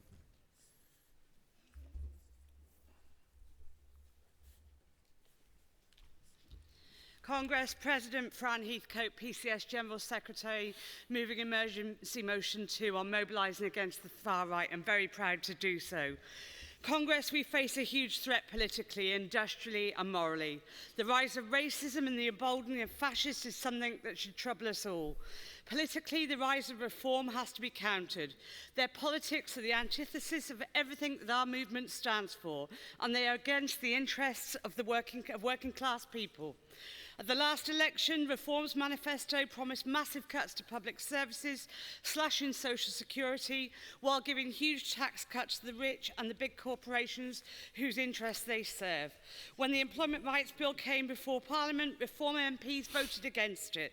When the Renters' Rights Bill came before Parliament, Reform MPs voted against it. They are on the side of exploitative bosses and bad landlords, not workers or renters. And Reform is leading the polls in England and in Wales. They are now in second place in Scotland. Whether you're an affiliated union or a non-affiliated union like PCS, that should be a concern to us all. It must recommit us to doing more in terms of anti-racism, anti-fascism education within our unions and in the workplaces where we organise, because the rise of the far right is also an industrial issue. The banners and slogans of our movement are not just rhetoric, but hard-learned truth that are as true today as they ever were. Unity is strength. United we stand, divided we fall. An injury to one is an injury to all. We only succeed in winning for working class people when we unite working class people. White, black and brown, people born here and migrants, young and old, male and female, gay, straight, bi and trans. The far right sow division that weakens working class people. It is anti-union and against everything that we stand for. Elon Musk is backing and promoting the likes of Reform and Tommy Robinson. Musk is a union-busting an employer who spent millions of dollars to resist unions organising in Tesla car plants. It is in the interest of the billionaire class to promote division and to undermine the unity of working class people. The ramping up of violent and demonising rhetoric is not only a threat to asylum seekers, but to every ethnic minority community. In the riots last summer, well-established black and Asian communities came under attack in several towns and cities, and we have seen the same racist targeting again, with black and Asian businesses being daubed with the English flags in some areas. The far right is being emboldened, not just by the far right, but by supposed mainstream politicians and ministers talking about legitimate concerns, invasions, and being an island of strangers. Congress, we have to stand up against this industrially, politically, and morally. Recommit ourselves to challenging racism and bigotry, working with groups like Stand Up to Racism, Hope Not Hate, Show Racism the Red Card, and others. And I am really proud that my union, PCS, has a proud record of standing up for racism and anti-migrant hate. When the Tory government tried to introduce its Rwanda scheme, we took them to court and we won, and that blocked the policy. When Rishi Sunak said stop the boats and Keir Starmer said smash the gangs, we said open, safe and secure routes. We don't just say it, we work with our members working in the Home Office to develop policy, publish it and educate our members about it. We are proud to mobilise against the far right on the streets, in the workplaces, to take governments enacting far right policies to court and to campaign for fair and equitable policies like safe routes. Our job is to unite people and stand up to racism, and that's what we'll be doing on Saturday against that far right thug Tommy Robinson, who is organising a march in London. Please join the protest with your friends and neighbours and stand up to racism. And on the 27th, when he intends to launch Advance UK in Newcastle, we will be there again to counter that. When they seek to divide us, we must stand together, more united than ever. Let's start that united front by passing this emergency motion unanimously. Congress, I move. Thank you. Thank you, Fran. Any you, please?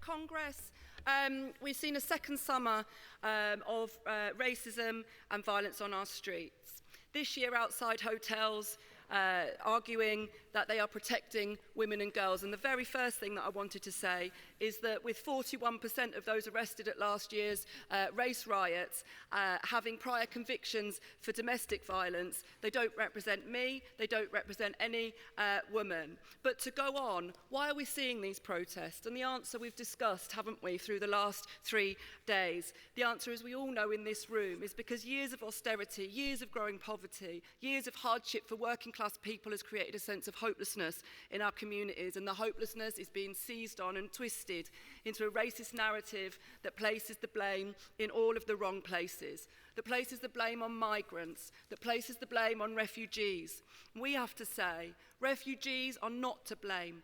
They're not to blame for the housing crisis. They're not to blame for the cuts to the NHS. They're not to blame for the cuts to people's benefits. And those that peddle these narratives, we know the names of them well, Farage and of course Kemi Badenoch and those people, but shamefully we've seen our own Prime Minister, Keir Starmer, echoing the language of Enoch Powell, talking about the UK becoming an island of strangers. Well, Congress, we are not an island of strangers. We are an island of friends, of colleagues, and in teaching of classmates. And we need to link arms. We can't have a rhetoric that fuels the idea that the problem is people on small boats and not on the big yachts. Congress, the enemy arrives by limousine and not by rubber dinghy. And to Labour, we have to say, if you tail the far right, you will never beat them. You will only ever embolden them with that language. And our politicians need to learn that lesson. And just like we've said here, we have to tackle the economic issues that people are feeding off. These arguments are going on in every workplace. I mean, we need to drain that pool of bitterness to offer people hope and direction about how to fight for their futures. We don't believe, of course, that just one counter demonstration outside a hotel fixes these problems. But we do need, I think, to show support and solidarity for those people inside who are being intimidated, physically, scared for their lives. And we have to be part of creating a counter-narrative so that the majority of people who don't agree with intimidating refugees can see that there's people there expressing what they think too. And of course, we have to be very careful about bandying around terms like fascist and far right, but it's not just an abstract term of abuse now. It's now the documented truth that at the heart of these protests is an organised fascist core. They're from British Homeland, they're from Britain First, they're from Patriotic Alternative, and all of these other kinds of groupings. And they start at the hotels, but they will move on. They will move on to Muslims, they will move on to the trade union movement. This is not just hyperbole. Last week, the PSC campaign national meeting branches reported harassment and attacks in their areas. 40 fascist thugs mobbed the PSC Day of Action against Barclays on the South Coast, and we're hearing reports of them now attacking union offices. In Southampton, last night in Portsmouth, the far right attempted to attack a meeting of socialists. In Southampton, a flare was fired into a refugee accommodation where there's been protests. Jessica, you're over time now. We are running quite late, please. Thank you. To turn up, let's do what we do best. Let's unite. We can't let these people take our streets. We have to win people away from that fascist core, and we need to turn up in numbers on the 13th. Thank you, Jessica. Thank you. Sorry to cut you off, but we are running quite late. Okay, move to the vote, please, on emergency motion 2. With all those in favour, please show. Thank you. Will all those against please show? That's carried unanimously. Thank you, Congress. I now call emergency motion 3. Transport for London Industrial Relations. The General Council supports the motion. It's going to be moved by the RMT and seconded by Unite. Eddie. Thank you, President. Thank you. I just want to send solidarity from the Congress here. I hope you all join me to my members who are out on strike in London today. The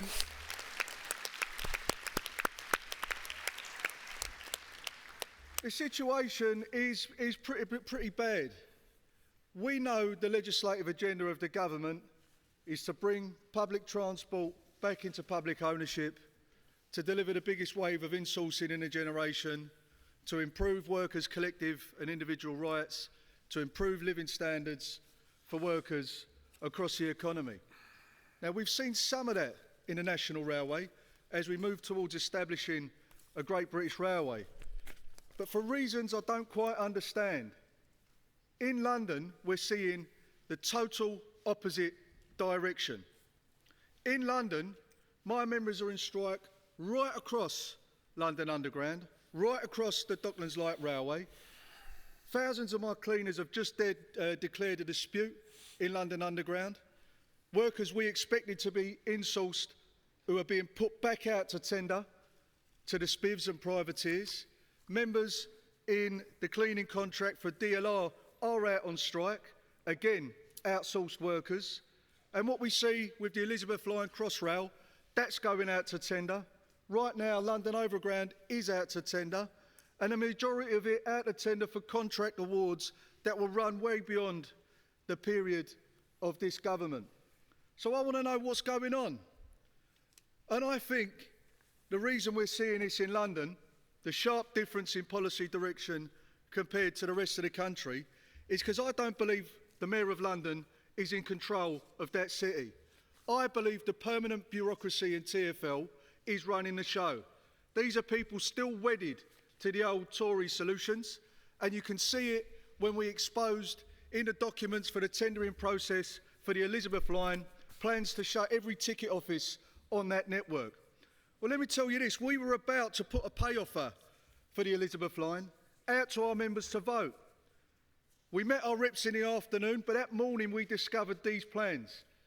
So while they're talking to us in the negotiating room with one set of policies, we find out behind our backs they're already planning to do our members' jobs in right across the network. We already know what the public's disposition is to ticket offices. They made that well known in the biggest public consultation we've seen for years. So I've got a message for the Mayor. Instead of going on social media, instead of the old tired cliches telling trade unionists to get round the table, you're the Mayor of London. You're the chair of TfL. Stop going on social media. Invite us to the meeting. Let's have a discussion, because I want to know what is going on in London. We are in a total collapse of industrial relations in London right now. And I've got to be clear, we're going to end up with more strike action, not less. I don't want to be in this place. Our members don't want to be doing this. We take no pleasure in disruption, but we're not apologetic about what we do, which is fight for our members. So if the Mayor's got any sense, he will reach out to us. Pass this motion, we'll be demanding a summit of all TUC affiliates who've got responsibilities in London to sit down and let's sort this mess out, because we've got a complete opposite direction to what's been proposed to us in legislation. Please support. Thank you, Eddie, and thank you, Eddie, for being so timely in your intervention. Unite next, please, to second the emergency motion. Thank you, President. Congress. Jim Kelly on behalf of Unite, seconding the RMT motion and expressing solidarity with the RMT strikers in London today and over the last couple of days. Everyone in this hall knows that trade union members do not take strike action easily or for no reason. This week, RMT members are taking the lead to fight the scourge of outsourcing on the London Underground. Today it's called outsourcing. Previously it's been called privatisation, franchising and competitive tendering. And in all cases the only competition has been to attack workers' terms and conditions and to boost the profits and dividends of multinational venture capitalists. Meanwhile, an outsourced worker on London Underground with 20 years service can expect around £28 a week for their occupational pension. It leaves them dependent on pension credits to make up the rest. 2,000 RMT members on TfL contracts working for ABM deserve better. These cleaners worked throughout the pandemic, yet they are still being paid less, with less employers' pensions contributions and less job security. And the majority of outsourced workers are BAEM or migrant workers.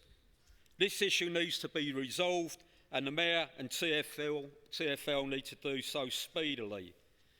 The London Mayor set up the Good Work Standard, working alongside the TUC in London. The working conditions of London Underground cleaners fall far below the standards and the objectives of the Good Work Charter. Cutbacks on staffing levels at stations and ticket office closures impact the most vulnerable passengers disproportionately. Disabled people in particular need a safe, reliable and effective underground system. If TfL wants to boost public transport usage, stations need well-paid, well-trained and well-motivated staff. Unite also has similar issues on the London bus network, where Unite has 25,000 members who need an end to the race to the bottom franchising of routes. And similarly, Unite bus workers in First Bus will be striking in London at the end of the week in a dispute over back pay. We need to get back to a publicly owned bus company in London, integrating bus provision with a common rate of pay and terms and conditions.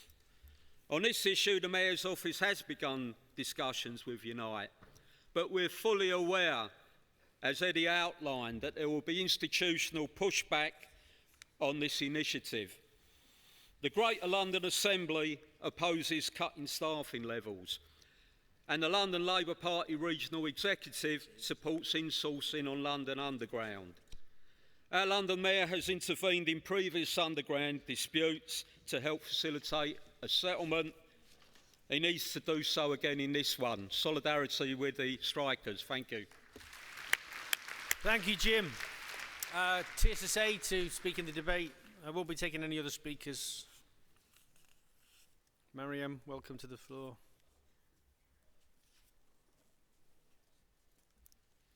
President, Congress, Mariam Aslamdoush, General Secretary of TSSA, pleased to support this emergency motion from the RMT.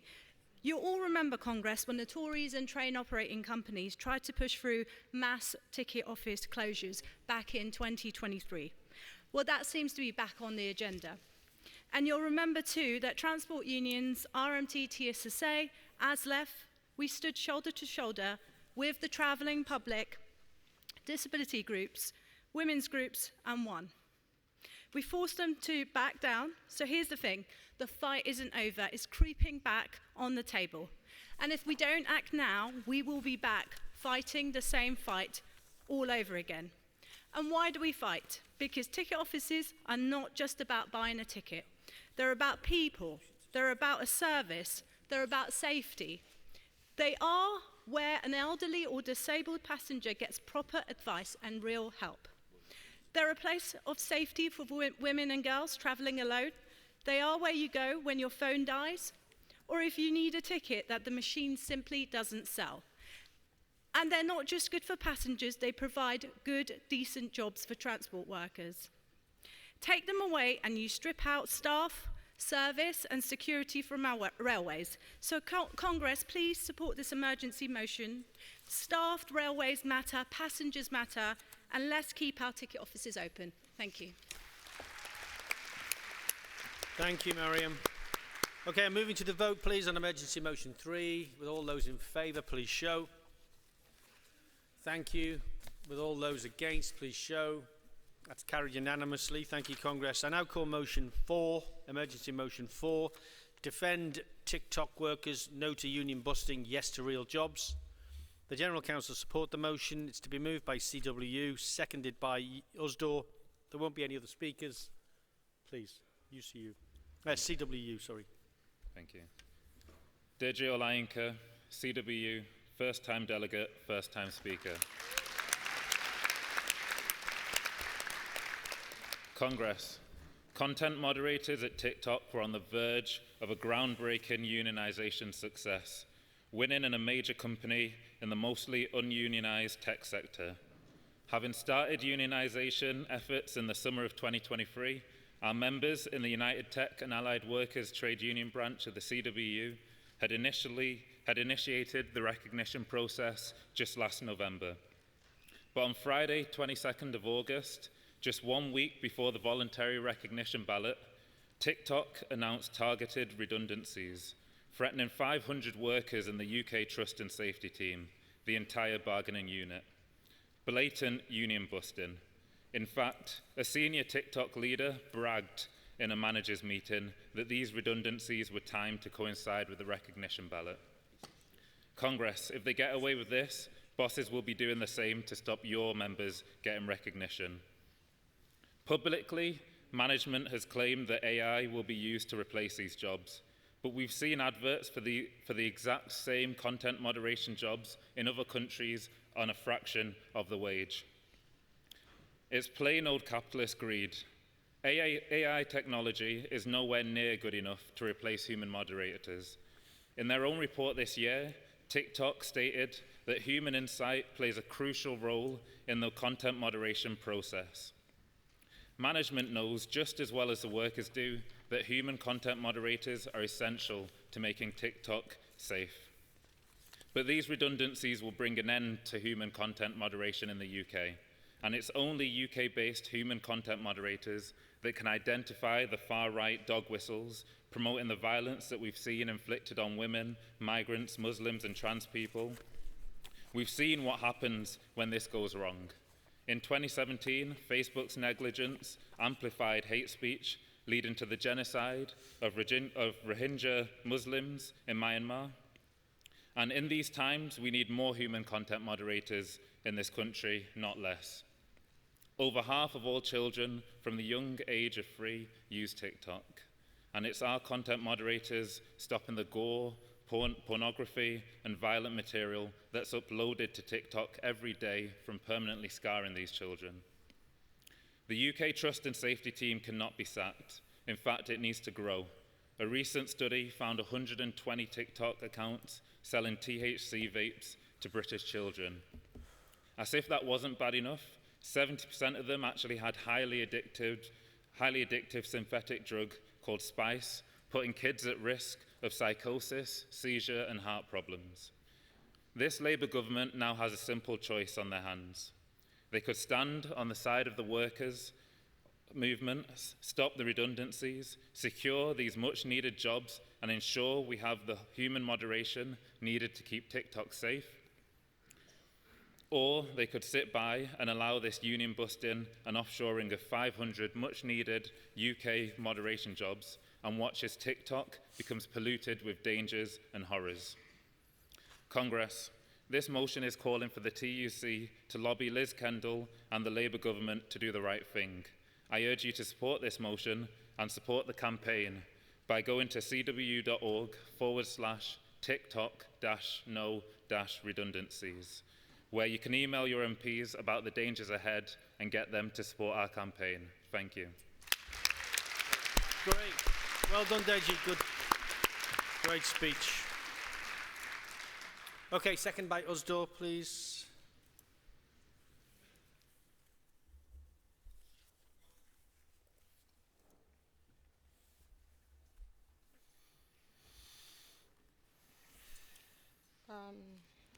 President and the Congress. Aminat's first-time delegate, first-time speaker. Yeah, and proud to second the motion to defend TikTok workers on behalf of my union, HOSDA. Congress, it is simple, too easy, and too cheap for employer to make people redundant. And it is wholly unaccepted that when workers try to organize through a trade union, bad employers are reacting by dismissing their entire workers. Rather than simply accepting the collective voice of workforce, and we should be proud the steps that the Labour government is taking is talking to make it easy for unions to organize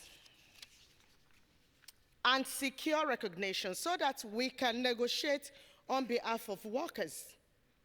However, we have already seen employers such as TikTok, Boohoo, Amazon go to great lengths to avoid their workers' voice. This has to stop. Congress, every day we live the benefits of trade union organizing. We see the rep training, the high-quality representation that avoid disputes, and the safe workplaces delivered by the army of trade union health and safety reps.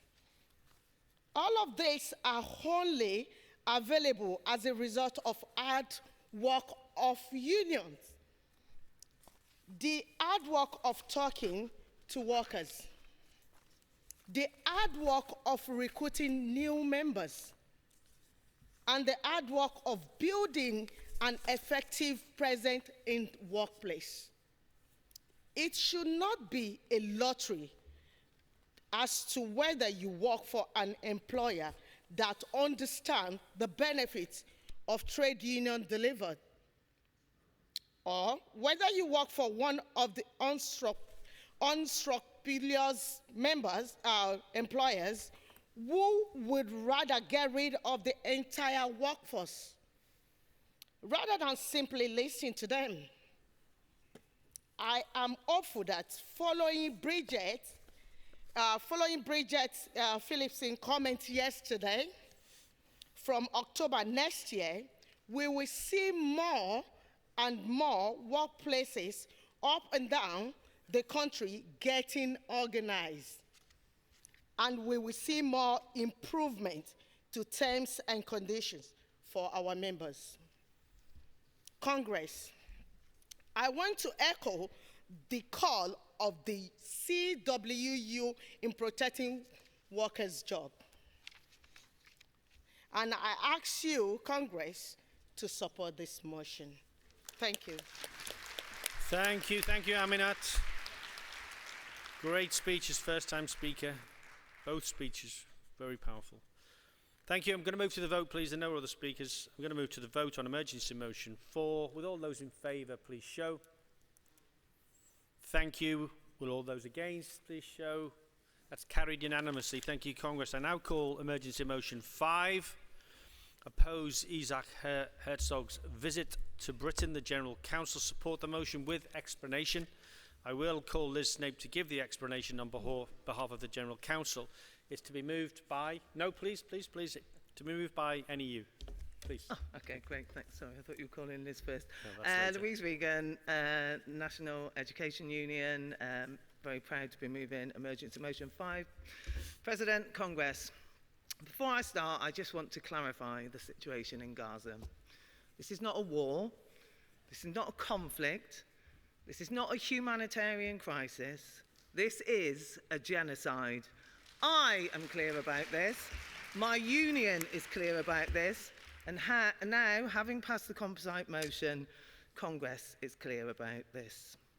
Yesterday, the President of Israel, Isaac Herzog, arrived in the UK. This is the man who proudly signed his name on missiles before they were rained down on civilians in Gaza. Said that there are no innocent civilians in Gaza, that everyone is a legitimate target. Said that Israel should break every Palestinian backbone. For nearly 2 years now, we have witnessed the worst of humanity. The slaughter of more than 65,000 Palestinians, the destruction of hospitals, schools, universities, the deliberate targeting of journalists. More journalists have been killed in Gaza in 22 months than in World War I, World War II, the Korean War, and the Vietnam War combined. Their crime? Bearing witness to what is happening every day and sharing it with the world. Shame on those who have remained silent throughout this genocide. The final message of Anas al-Sharif, Al Jazeera journalist, targeted and murdered by the Israeli state forces, was if these words reach you, know that Israel has succeeded in killing me and silencing my voice. Isaac Herzog has stood by as having starved the population of Gaza for 3 months, during which no food, water, or aid was allowed in, having set up a fake humanitarian agency with none of the relevant expertise to deliver meagre amounts of aid. Israel then sends its forces to slaughter those queuing for these basic scraps. Dr. Nick Maynard, a UK surgeon who regularly goes out to work in Gaza, spoke last week following his visit. He spoke about the children he had operated on, their wounds, how they were unable to save some of them due to the severity of their injuries. But then he talked about a young girl who he had successfully operated on. But because there was no baby formula, she died of starvation. Nick and many other surgeons entering Gaza take baby formula in their bags. It is routinely removed by the Israeli military at the borders. Deliberate and calculated starvation.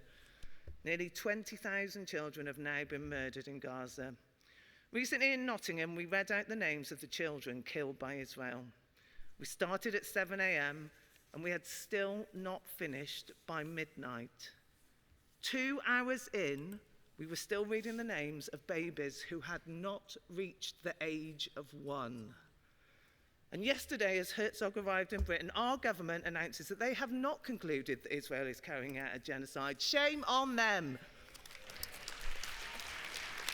When the world's leading association of genocide scholars has declared quite clearly that Israel is committing genocide in Gaza, our weak, spineless government can't even bring themselves to agree, despite what all of us see and hear every single day on our social media feed. One atrocity after another. Our government, rather than taking action to end the genocide, wants to arrest grannies, disabled people, priests, trade unionists for opposing a genocide, and chooses to welcome a genocide enabler to our shores. As the head of a state that is currently on trial for genocide at the International Court of Justice, you would have expected our government to refuse entry to Britain, but instead, our government is rolling out the red carpet. Congress, let's be clear. Herzog does not belong in a comfy chair in Downing Street. He belongs in the dock in The Hague. So Congress, our Palestinian trade union partners have been clear. They need us to do more, not just our words, but our action. Yesterday, thousands protested his visit in Downing Street. Today, we need thousands more on the streets to make clear that he is not welcome here. We need to send a clear message to our government that instead of welcoming those facing charges of genocide, they should be arrested and charged with crimes against humanity. We need to escalate our actions in our workplaces and on the streets. We need to show our government we will not be silenced. We will continue to protest until we get justice and freedom for the Palestinian people. Please support the motion. Please be on the streets. Let's fight for a free Palestine. Thank you, Louise. UCU, please.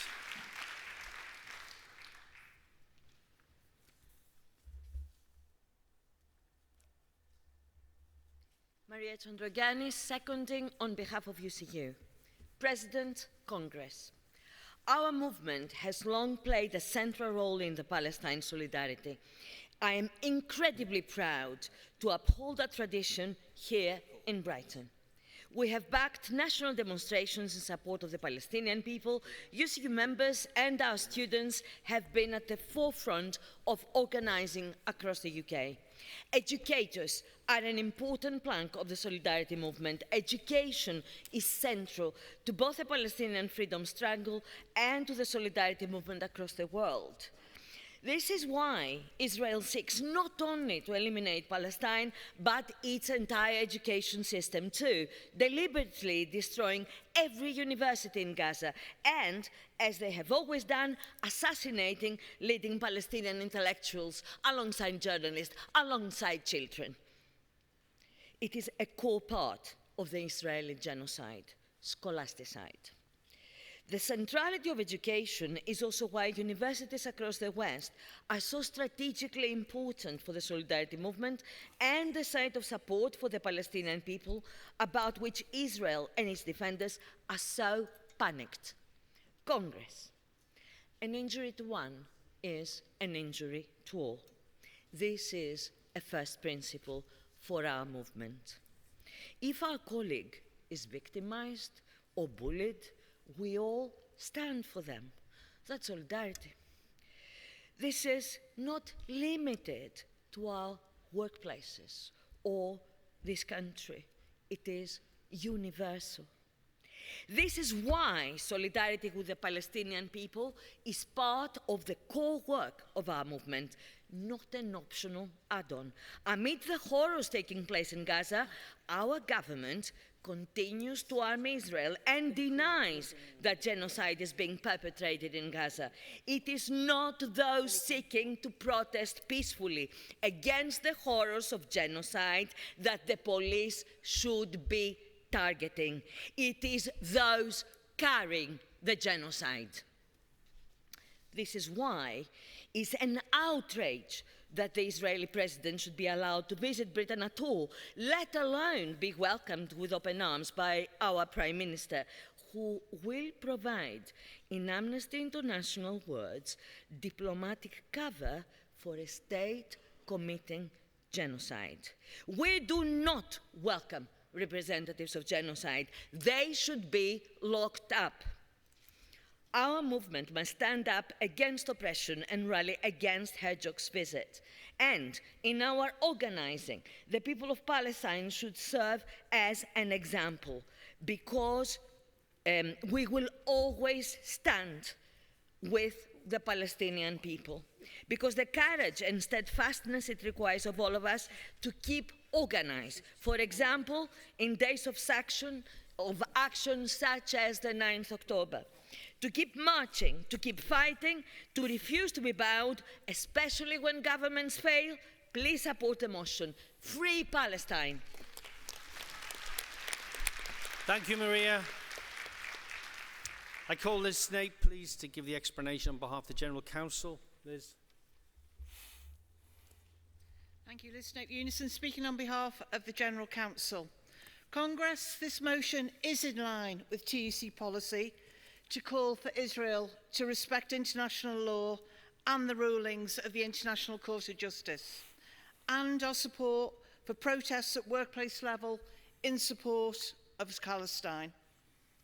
But while the motion states that no Israeli government official should be welcomed to Britain and no British minister should be meeting with them as part of such a visit, Congress, there are occasions where it's necessary for the Labour government to meet officials of the Israeli government, not least to hold the Israeli government and their representatives to account for their despicable actions. Thank you. Thank you, Liz. I'll now move to the vote on emergency motion 5. With all those in favour, please show. Thank you. With all those against, please show. That's carried unanimously. Thank you, Congress. I now call emergency motion 6. A new threat to all workers, upfront charges in employment directories. General Counsel support the motion. It'll be moved by Equity, seconded by CWU. Paul, over to you. Thank you, President. Paul Fleming, General Secretary of Equity. In 2024, Congress, our union stood here and talked about an idiosyncrasy for our industry. We stated that upfront fees for seeking work was something that were only statutorily mandated for our people. We told you about how 95% of work in our industry is cast, that is recruited, through a platform, a directory called Spotlight. But Congress, I'm here to tell you today that a High Court judge last week decided that our union was wrong. A High Court judge ruled that Spotlight does not provide services for the purpose of finding persons employments with employers or of supplying employers with persons for employment by them. The judge didn't look at the regulations that govern our industry alone. She went straight to the act, and thus straight for every single worker. She said, de facto, that upfront charges for inclusion in a directory in which you are seeking work is as good for performers as it is for posties. It is good for work cast in a recording studio as well as work on the railways. It applies to the performing arts, and it can apply to public services. It is an extraordinary judgment that puts all of our members at risk when they're out there seeking work, when they are at their most vulnerable. It strikes at the heart of a problem with an increasingly ossified set of employment laws. It's the fight that the GMB had to take about Uber, where they argued they were a platform and not an employer. It's the fight that NEU members had to take to challenge teacher tutoring platforms who claimed they were just a service and not really an agency. It's the fight that Unite and Unison are taking day in, day out with increasing bogus freelance employment in our public sectors. What the judge said in her judgment should terrify us all. She said that the theoretical impact on the operating model of Spotlight, a US venture capital-owned business that makes its profit on the back of workers seeking work, that theoretical impact of a judgment in our union's favour was greater than the real and material impact that is borne by performers every single day. Over £200 a year is the upfront charge to enter our industry, and because of this judgment, it risks becoming a charge of entering so many others. It is a powerful reminder, Congress, that the courts will not save us, that legal action will not save us, and that Parliament will not save us either. It requires an activist movement dedicated to industrial power, showing solidarity and taking these fights directly to the bosses where we find them. It is wrong that those seeking work and thus having no money should pay for recruitment when those who cast, those who engage, those who employ, who by very definition have money, essentially pass on that cost to the out-of-work artist. It is, Congress, a tax on hope, the hope of having a voice in our industry. That is a matter for our class. It is about whose stories are told and who gets to tell them on the stages and screens of our country. It is important for social debate, for economic development, but there is now a new risk, that the whole model of protection for agency work is about to be upended. Yesterday, Equity's executive, our council, voted in favour of appealing this judgment, despite threats, despite the resounding contempt held for our case by the judge, who described seeking employment as like going on a dating app. We have decided to stand up against this appalling decision. Our motion acts to expand on the motion you passed last year, which was about us, to show your solidarity against this fight as it affects all workers. Congress, I move. Thank you, Paul. To be seconded by CWU. Tony, welcome to the platform. President Congress, Tony Cairns, Communication Workers Union, a last time delegate, a last time speaker. Oh.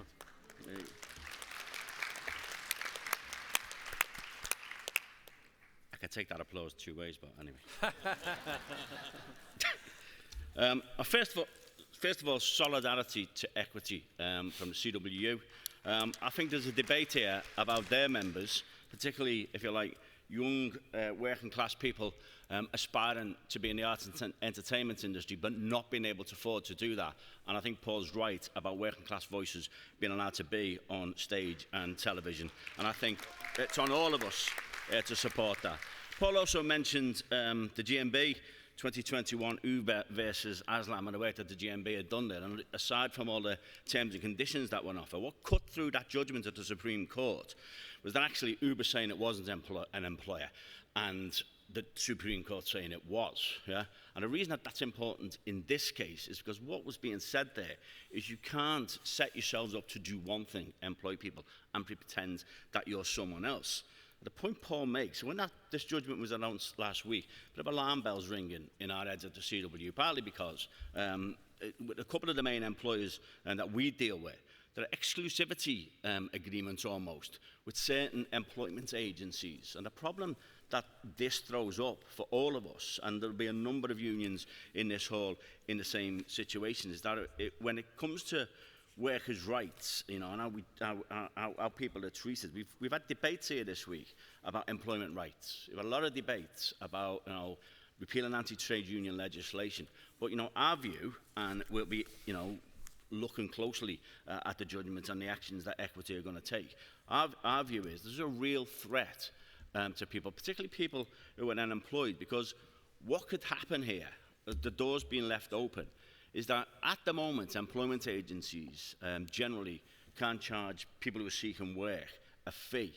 And the reason it matters, and Paul's highlighted the case of Spotlight, is that Spotlight is not an employment agency. But what it does is in any other industry, is where workers are publishing a profile because they want to get a job, and they apply for jobs advertised on that platform, you referenced a certain dating app thing, they can charge any fees they like. Think about the gig economy, think about workers in retail and hospitality and the communications sector. There's a real danger here that if you're out of work, you're going to have to pay to get into work. And you can see the conclusion. This is going to exclude people from low-income families. It's going to exclude people without money. And this is the future we face, which is why we all need to come together, support the actions being taken by Equity to the High Court, and understand the wider implications for the trade union movement. Solidarity. Goodbye. Thank you, Tony, and perfect timing for your last time speech. So, and I wish you all the best, Tony. I'm going to move to the vote now. Emergency motion 6. Will all those in favour please show? Thank you. Will all those against please show? Thank you. It's carried unanimously. Thank you, Congress. Congress, could I now draw your attention to the appendices in the General Council report, including Appendix 3 from page 72, which is the TUC accounts. Does Congress accept the accounts as set out in Appendix 3? Thank you. I now ask Congress to adopt the General Council report. Is that agreed? Thank you. Delegates, that completes the formal business of Congress. I think it deserves a round of applause. Delegates, a number of colleagues left the General Council this year, and they are listed in page 64 of the GC report. I'm sure Congress will want to show its appreciation for the contribution and commitment of all those who served on the General Council, including the young members Representative Charlie Gray.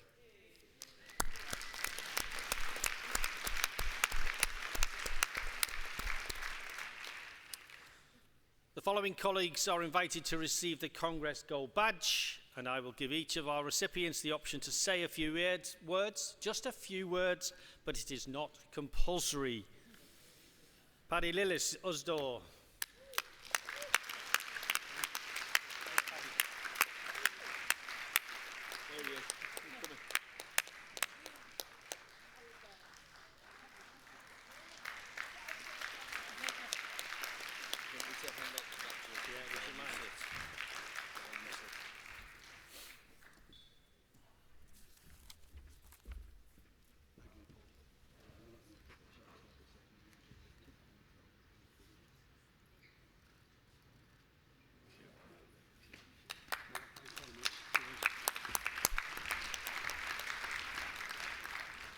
We would have given one to Roy Ruckis. He's had to leave early, but the next recipient of the gold badge is Patrick Roach from NASUWT. Patrick.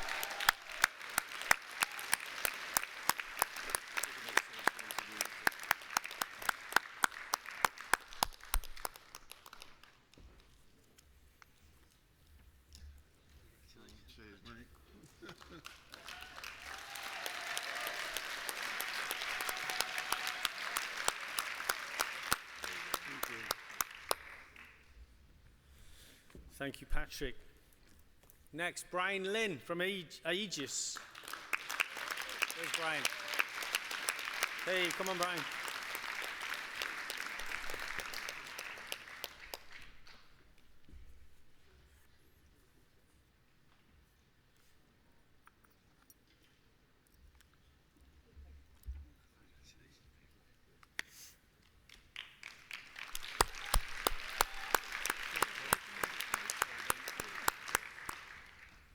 Thank you, Brian. And finally, but not lastly or leastly, Mick Lynch from the RMT.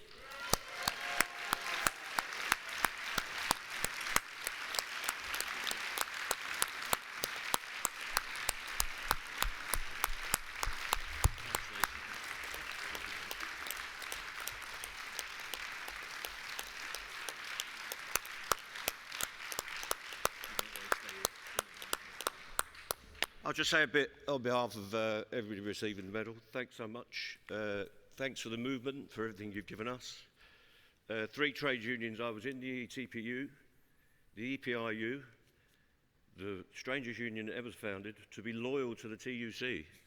And they wouldn't let us in. Instead, they wanted the ETPU back. But that's another story for a few pints. Yeah. And the RMT. I only joined the RMT because I was blacklisted from the construction industry for being an active trade unionist as an electrician. And being in a left-wing breakaway union meant I had 2 targets on my back. But there you go, here we are. I want to thank you for everything you've done and everything you will continue to do. Keep growing our movement, keep building our power, and keep doing the job for all workers around the world. There's a lot of talk about flags and what they mean, what they do for people. Well, remember, our flag is red, the red of the people. Thank you very much.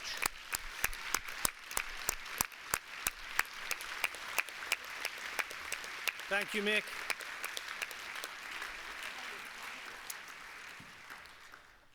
Congress, I now wish to make a number of votes of thanks to those who have contributed to the smooth running of Congress. They will be brief because of the time, but they are sincere and heartfelt. I would like to start by thanking Maria Exel for her role as Vice President and thank you, Maria, and the other General Council members for helping me keep our speakers on time. I would like to move to a vote of thanks to the staff at Brighton Centre for all they have done to ensure that Congress has run smoothly, and also to the stewards for all their assistance during the week. I would also like to thank all of the staging and AV production in all areas, QED, verbatim reporters and auto cue. Thank you. BSL interpreters interpreting matters. Live captioning and CG captioning. Exhibition builders, exhibit.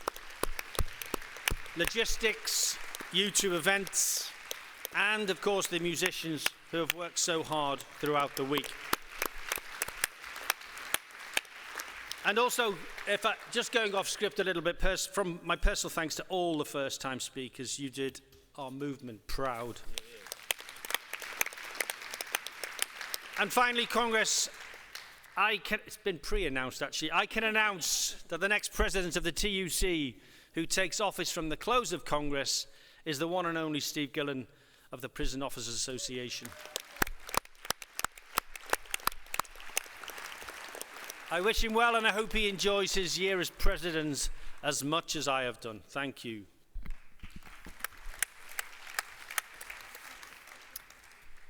I'd now like to ask Mick Lynch to move the vote of thanks to the President. Come up again, Mick.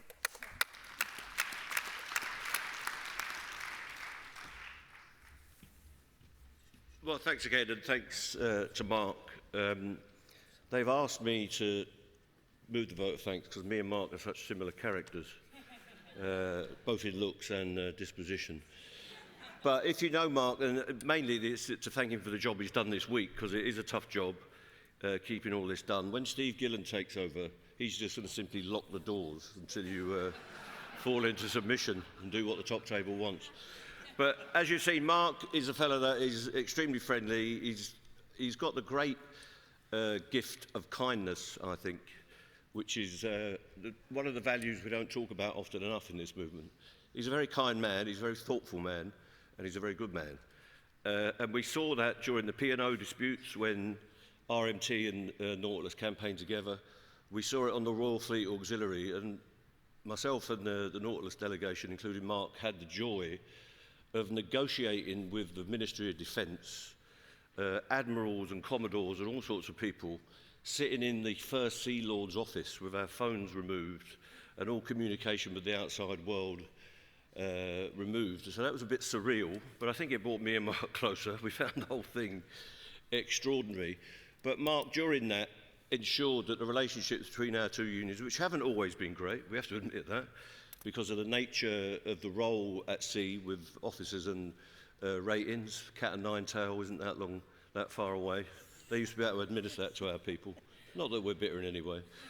But he's done a great job in his time in Nautilus. He's done a great job, not just here this week, but throughout the year as Congress President on the Executive Committee and in the General Council. So I want to thank Mark for that. Please thank him in the traditional way. Put your hands together, stamp your feet. Don't throw your underwear at him, because you'll have to explain that. But thanks so much, Mark, and all the best for the future. Thank you.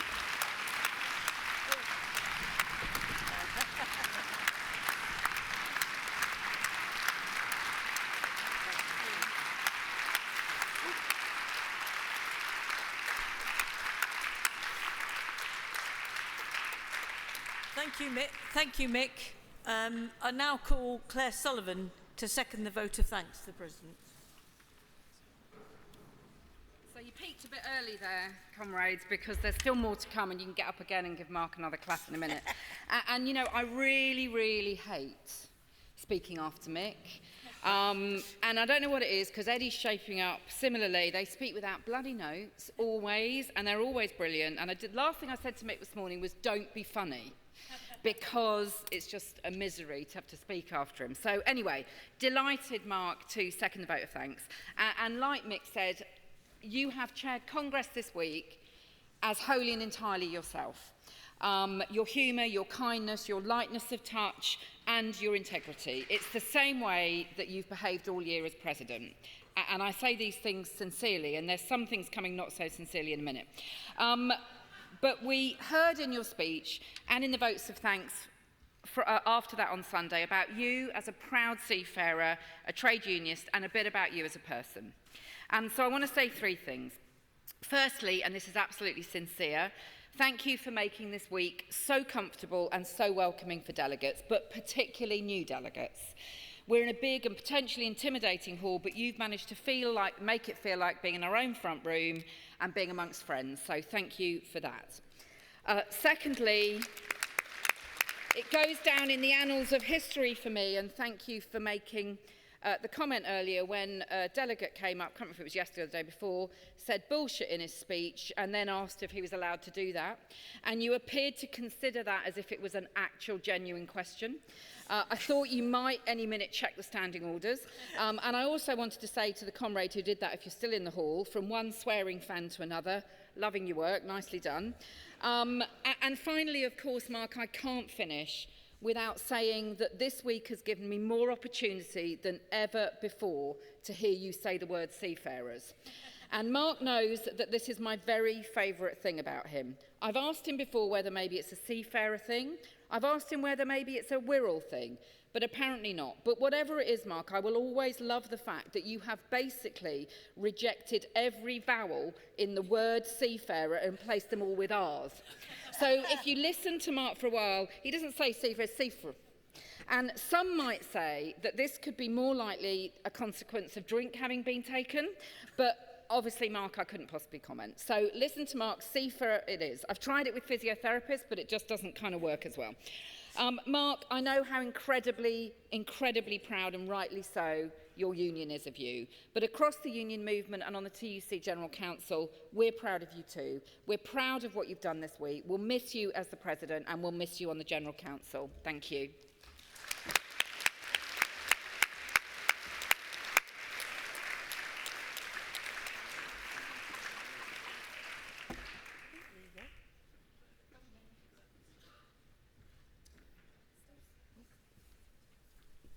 Underneath this is the gold bell of Congress. It's silver bell, I should say. It's not gold. I think you go in the middle, don't you, Mark?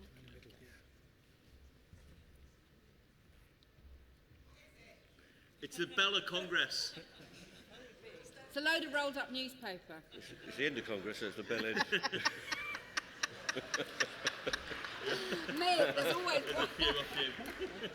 Well done, Thanks, mate. Mick. Really, Give me a hug. Thank you, hold middle. Thank you. Thank you.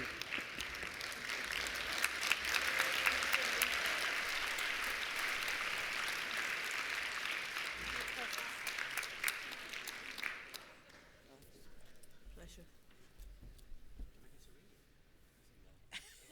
It's quite heavy, you know. Okay, that's very emotional. Thank you. Thank you, Mick, Claire, Paul, and Maria for all those kind words and for the gifts which I'll cherish. Congress, thank you for all your support this week. Thank you for all you do for our movement. And thank you for being part of the trades union family.